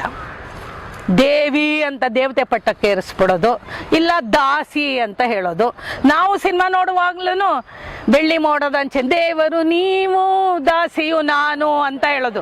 ಅಂದ್ರೆ ಇಬ್ರು ನಡುವೆ ಒಂದು ದೊಡ್ಡ ಕಂದರ. ಅವನ್ ಪರ್ವತದ ಮೇಲಿದ್ದಾನೆ, ಇವಳೆಲ್ಲೋ ನೀರಿನಲ್ಲಿ ಜರಿ ತರ ಹರಿತಾ ಇದ್ದಾಳೆ. ಇವರಿಬ್ಬರ ನಡುವೆ ಗೆಳೆತನ ಸಾಧ್ಯವೇ ಇಲ್ವಾ? ಸಾಮರಸ್ಯ ಸಾಧ್ಯವೇ ಇಲ್ವಾ? ಈ ಯೋಚನೆ ಬಂದಾಗೆಲ್ಲ ನಾನು ಆಟೋಗ್ರಾಫ್ ಅಲ್ಲಿ ಎಲ್ರಿಗೂ PUC ಇಂದನೂ ಬರ್ಕೊಡ್ತಿದ್ದು ಒಂದ್ ಸಾಲು. ಬೇಂದ್ರದ್ದು ಬರೀ ಕಾವ್ಯದ ಸಾಲುಗಳನ್ನ ಬರ್ಕೊಡೋ ಫ್ಯಾಷನ್ ಇತ್ತು ಅವಾಗ. ನಮಗೂ ಕವಿತೆ ಗೊತ್ತಿದೆ ಅಂತ ತೋರಿಸ್ಕೋಬೇಕಲ್ಲ. ಯಾರು ಫ್ರೆಂಡ್ ಕೊಟ್ಟಾಗ ಬಾಳೆಗೊಂದು ಗೊನೆಯಂತೆ ಬಾಳಿಗೊಂದು ಗುರಿ ಇರಲಿ ಅಂತೆಲ್ಲ ಬರ್ಕೊಡ್ತಿದ್ರಲ್ಲ, ಆ ತರ ನಾವು ಬರ್ಕೊಡ್ತಿರ್ಲಿಲ್ಲ. ನಾನು ಇರುವುದೆಲ್ಲವ ಬಿಟ್ಟು ಇರದುದರೆಡೆಗೆ ತುಡಿಯುವುದೇ ಜೀವನ, ಗೋಪಾಲಕೃಷ್ಣ ಅಡಿಗ ಅನ್ಬಾರ್ದು ಶುಭಾಶಯಗಳೊಂದಿಗೆ. ಬೇಂದ್ರೆಯವರ ಯಾವ ಸಾಲು ನಂಗೆ ತುಂಬಾ ಇಷ್ಟ ಆಗ್ತಿತ್ತು ಅಂದ್ರೆ, ರಸವೇ ಜನನ ವಿರಸ ಮರಣ ಸಮರಸವೇ ಜೀವನ. ಅದು ಎಲ್ಲ ಕಡೆ ಬರಿತಾ ಇದ್ದೆ ನಾನು. ಅಂದ್ರೆ ಅವರ ಇಡೀ ಕಾವ್ಯದಲ್ಲಿ ಸಾಮರಸ್ಯದ ಬಗ್ಗೆ ಮಾತಾಡ್ತಾರೆ ನೋಡಿ. ಸಖ ಸಖಿ ಗೆಳತಿ, ಎಷ್ಟು ಪದ್ಯ ಬರೆದಿದ್ದಾರೆ. ಜೀವದ ಗೆಳತಿಗೆ ಅಂತ. ಅದು ಹೆಂಡತಿ ಮೇಲೆ ಬರ್ದಿರೋದ್ರಿ, ಪ್ರಿಯತಮೆ ಬಗ್ಗೆ ಬರ್ದಿರೋದಲ್ಲ. ಹೆಂಡತಿನೂ ಕೂಡ ಜೀವದ ಗೆಳತಿ, ಸಖ ಸಖಿ ಅಂತ ಕರೀತಾರಲ್ಲ. ಇಂತಹ ಸಾಮರಸ್ಯವನ್ನ ಬಹುಶಃ ಎಲ್.ಸಿ. ಸುಮಿತ್ರ ಅವರು ಒಂದು ಕತೆ ಬಗ್ಗೆ ಮಾತಾಡ್ತಾರೆ. ರವೀಂದ್ರನಾಥ ಠಾಗೂರರು ಅಧ್ಯಾಪಕ ಅಂತ ಒಂದು ಕಥೆಯಲ್ಲಿ, ನನಗೆ ಹೆಂಡತಿ ಯಾವ ತರ ಇರಬೇಕು ಅಂದ್ರೆ ಗೆಳತಿ ಆಗಿರ್ಬೇಕು, ಸಮಾನ ಮನಸ್ಸಿರ್ಬೇಕು, ನನಗೂ ಅವಳಿಗೂ ದೊಡ್ಡ ಕಂದರ ಇರಬಾರ್ದು ಅಂತ ನಿರೀಕ್ಷೆ ಮಾಡ್ತಿದ್ರಲ್ಲ. ಇಡೀ ಭಾರತೀಯ ಕಾವ್ಯದಲ್ಲಿ ಮೊಟ್ಟ ಮೊದಲ ಬಾರಿಗೆ ಹೆಣ್ಣನ್ನ ಸಮಾನ ನೆಲೆಗೆ ತಂದು ನಿಲ್ಲಿಸಿದವರು ಬೇಂದ್ರೆಯವರು. ಎಷ್ಟು ಬ್ಯೂಟಿಫುಲ್. ಸಖಿ ಗೀತ ನೋಡಿ. ಇಡೀ ಅವರ ಬದುಕನ್ನ ಸಖಿ ಗೀತ ಅಂತಾರೆ.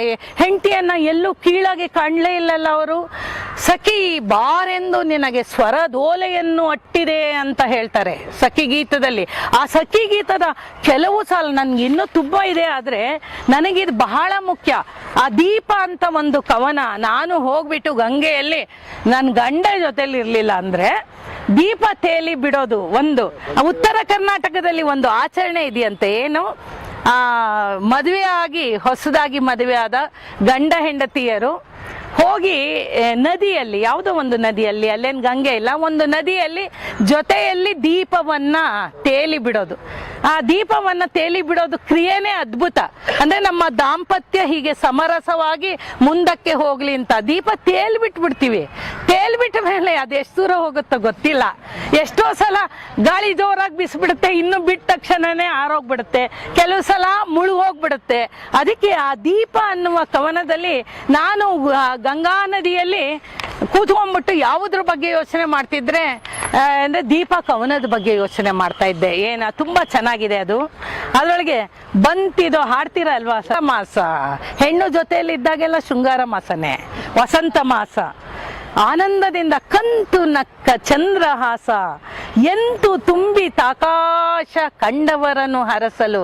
ಅದು ಓದದೇ ಒಂಥರ, ಬಂತಿದೋ ಶೃಂಗಾರ ಮಾಸ ಕಂತು ನಕ್ಕ ಚಂದ್ರಹಾಸ ಎಂತು ತುಂಬಿ ತಾಕಾಶ ಕಂಡವರನ್ನು ಹರಸಲು.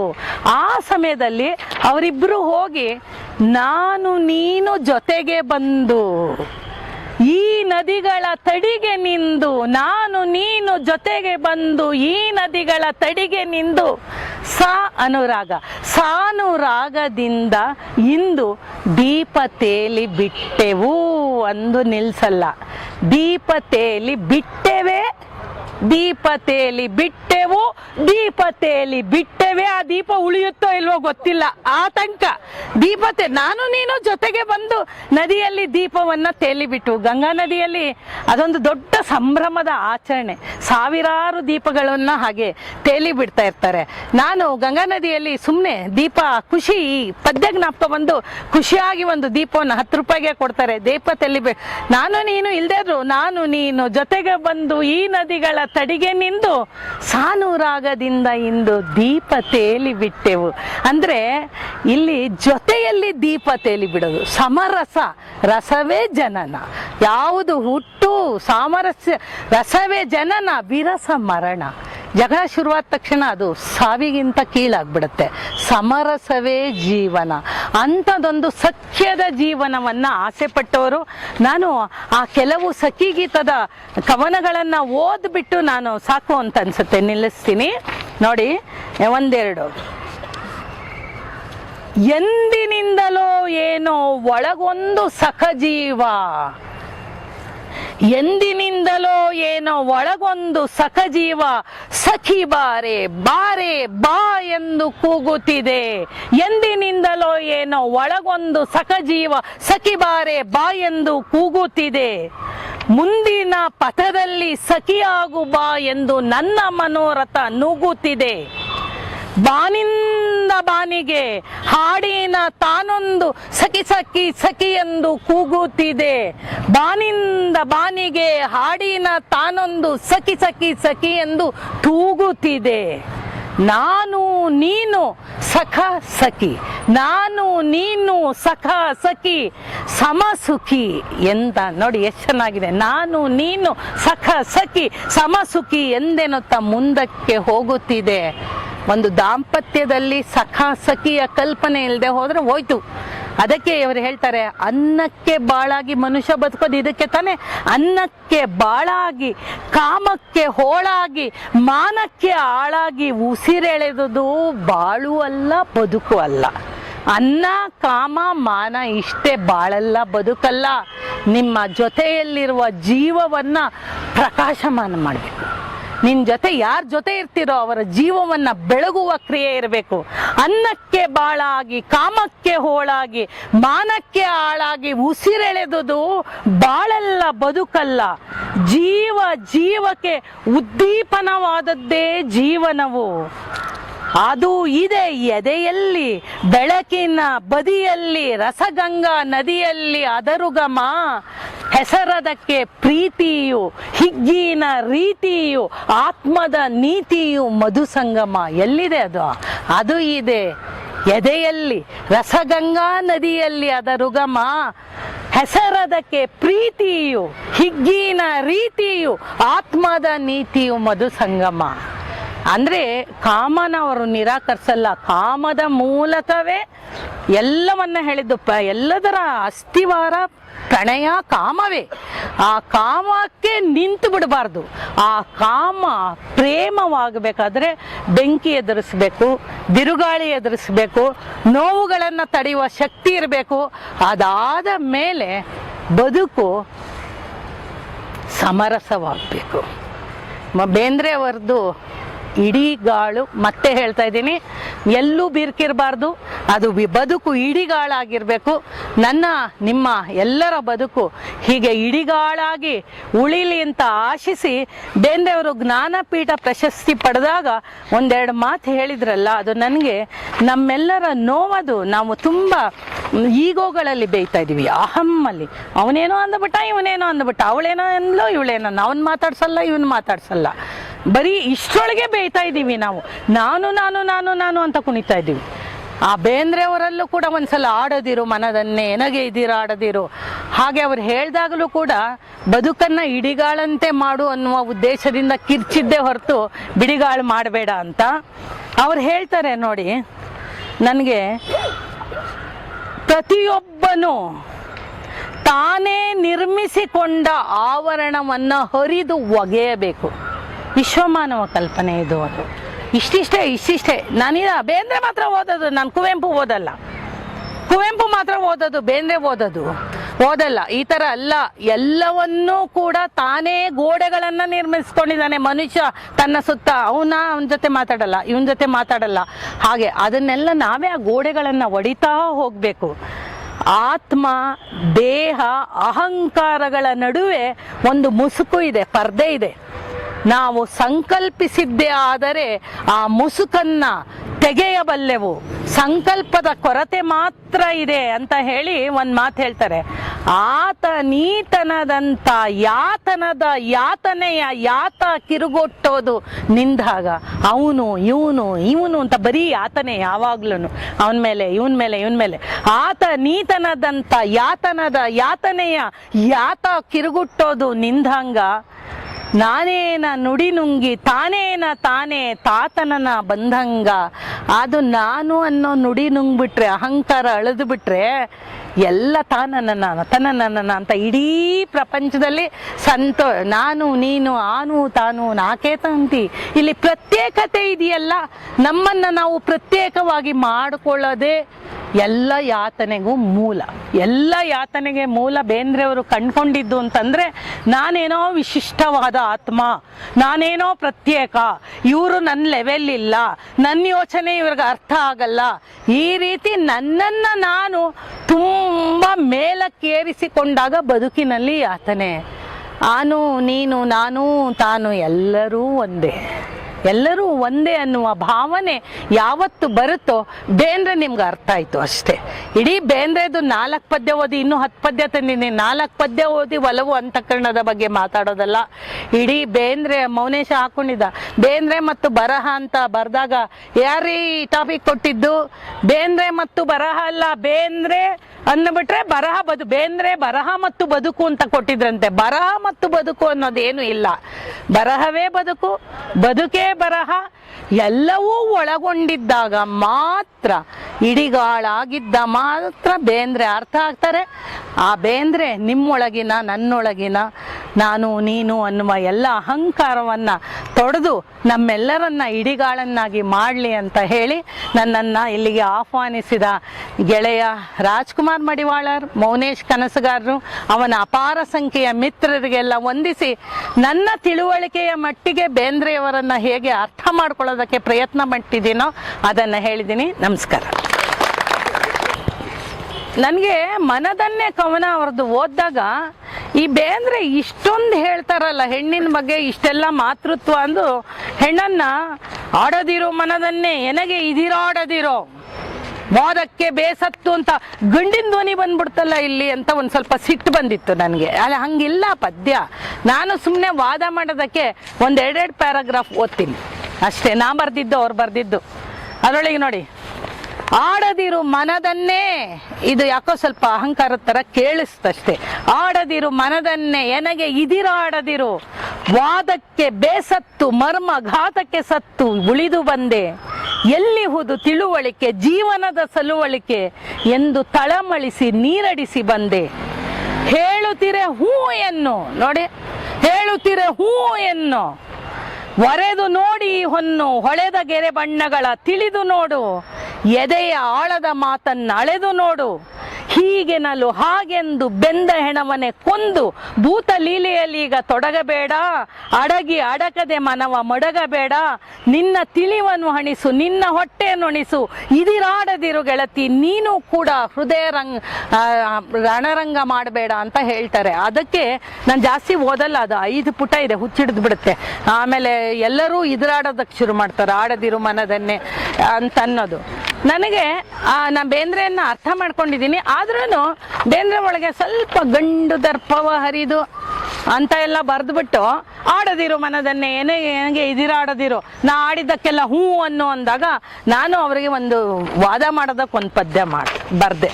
ಯಾಕಂದ್ರೆ 6 ಮಕ್ಕಳನ್ನ ಕಳ್ಕೊಂಡು ತಾಯಿ ಅವಳು ಬೇಂದ್ರೆ ಹೆಂಡತಿ, 6 ಮಕ್ಕಳು ಕರುಳಿನ ಕೊಲಿಯಾಗ ಬಾಳಿವೆಯ ಒಲೆ ಮ್ಯಾಗ ಸುಟ್ಟು ಹಪ್ಪಳದಂಗೆ ಸೊರಗಿದವಳು ಪಾಪ. ಅವಳು ಇದು ಒಲೆ ಮೇಲೆ ನೀವು ಹಪ್ಪಳ ಇಟ್ಟರೆ ಹೆಂಗ್ ಸೊರ್ಗೋಗಿದ್ದಾಳ ಹಂಗೆ ಸೊರ್ಗೋಗಿದ್ದಾಳೆ. ಬಡತನ, ಬೇಂದ್ರೆ ಅವರ ಹುಚ್ಚಾಟಗಳು ಎಲ್ಲವನ್ನ ಸಹಿಸಿದವಳು ಅವಳು. 6 ಮಕ್ಕಳನ್ನ ಕಳ್ಕೊಂಡವಳು. ಅವಳಿಗೆ ತುಂಬಾ ತಿಳುವಳಿಕೆ ಹೇಳೋದಕ್ಕೆ ಕಾಳೆ ಬಂದ್ಬಿಟ್ಟಿದ್ದಾನೆ. ಅವಾಗ ನಾನು ಆಡುವೆನು ಮನದನ್ನ ನಿನಗೆ ಇದಿರಾಡುವೆನು ಅಂತ ಒಂದು ಪದ್ಯ ಬರ್ತಿದ್ದೆ. ಆಡುವೆನು ಮನದನ್ನ ನಿನಗೆ ಇದಿರಾಡುವೆನು, ಯಾಕೆಂದ್ರೆ ಮೌನಕ್ಕೆ ಬೇಸತ್ತು ಕುದಿ ಕುದಿದು ಸತ್ತು ಬೆಂದು ಬಂದೆ, ಎಲ್ಲಿ ಹುದು ತಿಳುವಳಿಕೆ ಜೀವನದ ಸಳುವಳಿಕೆ ಎಂದು ಕಳವಳಿಸಿ ಕಳಕಳಿಸಿ ಬಂದೆ, ಸುಮ್ಮನೆ ಹೂಗುಡಲು, ಹೂ ಅನ್ನು ಅಂತಾರಲ್ಲ, ಸುಮ್ಮನೆ ಹೂಗುಡಲು ತಲೆಯಾಡಿಸಿ ತೂಗಲು ಕೀಲಿ ಕೊಟ್ಟ ಬೊಂಬೆ ಏನಲ್ಲ ನೋಡು, ಎದೆಯ ಮಾತನ್ನ ಅಳೆಯಬಹುದೇ ಎಳೆಯಬಹುದೇ ಕಳೆಯಬಹುದೇ, ಮುಟ್ಟಬೇಕು ನೀನು ಮುಟ್ಟಬೇಕು ತಟ್ಟಬೇಕು ಆ ಪಾಡ ಹಾಡು, ಹಳೆ ಮಾತಿನಿಂದಲೇ ಹೊಸ ತಿಳಿವು, ಹಳೆ ಬೇರಿನಿಂದಲೇ ಹೊಸ ಚಿಗುರು, ಇದಿರಾಡು ಗೆಳೆಯ ನೀನು ಕೂಡ, ನೀನು ವಾದ ಮಾಡೋ, ಇದಿರಾಡು ಗೆಳೆಯ ನೀನು ಕೂಡ, ಎದೆಯ ತೋಟದ ಚಿಲುಮೆ ಬತ್ತಿಸಬೇಡ, ನಾದಕ್ಕೆ ಹೊಸನಾದ ವಾದದಲ್ಲೇ ವಿನೋದ.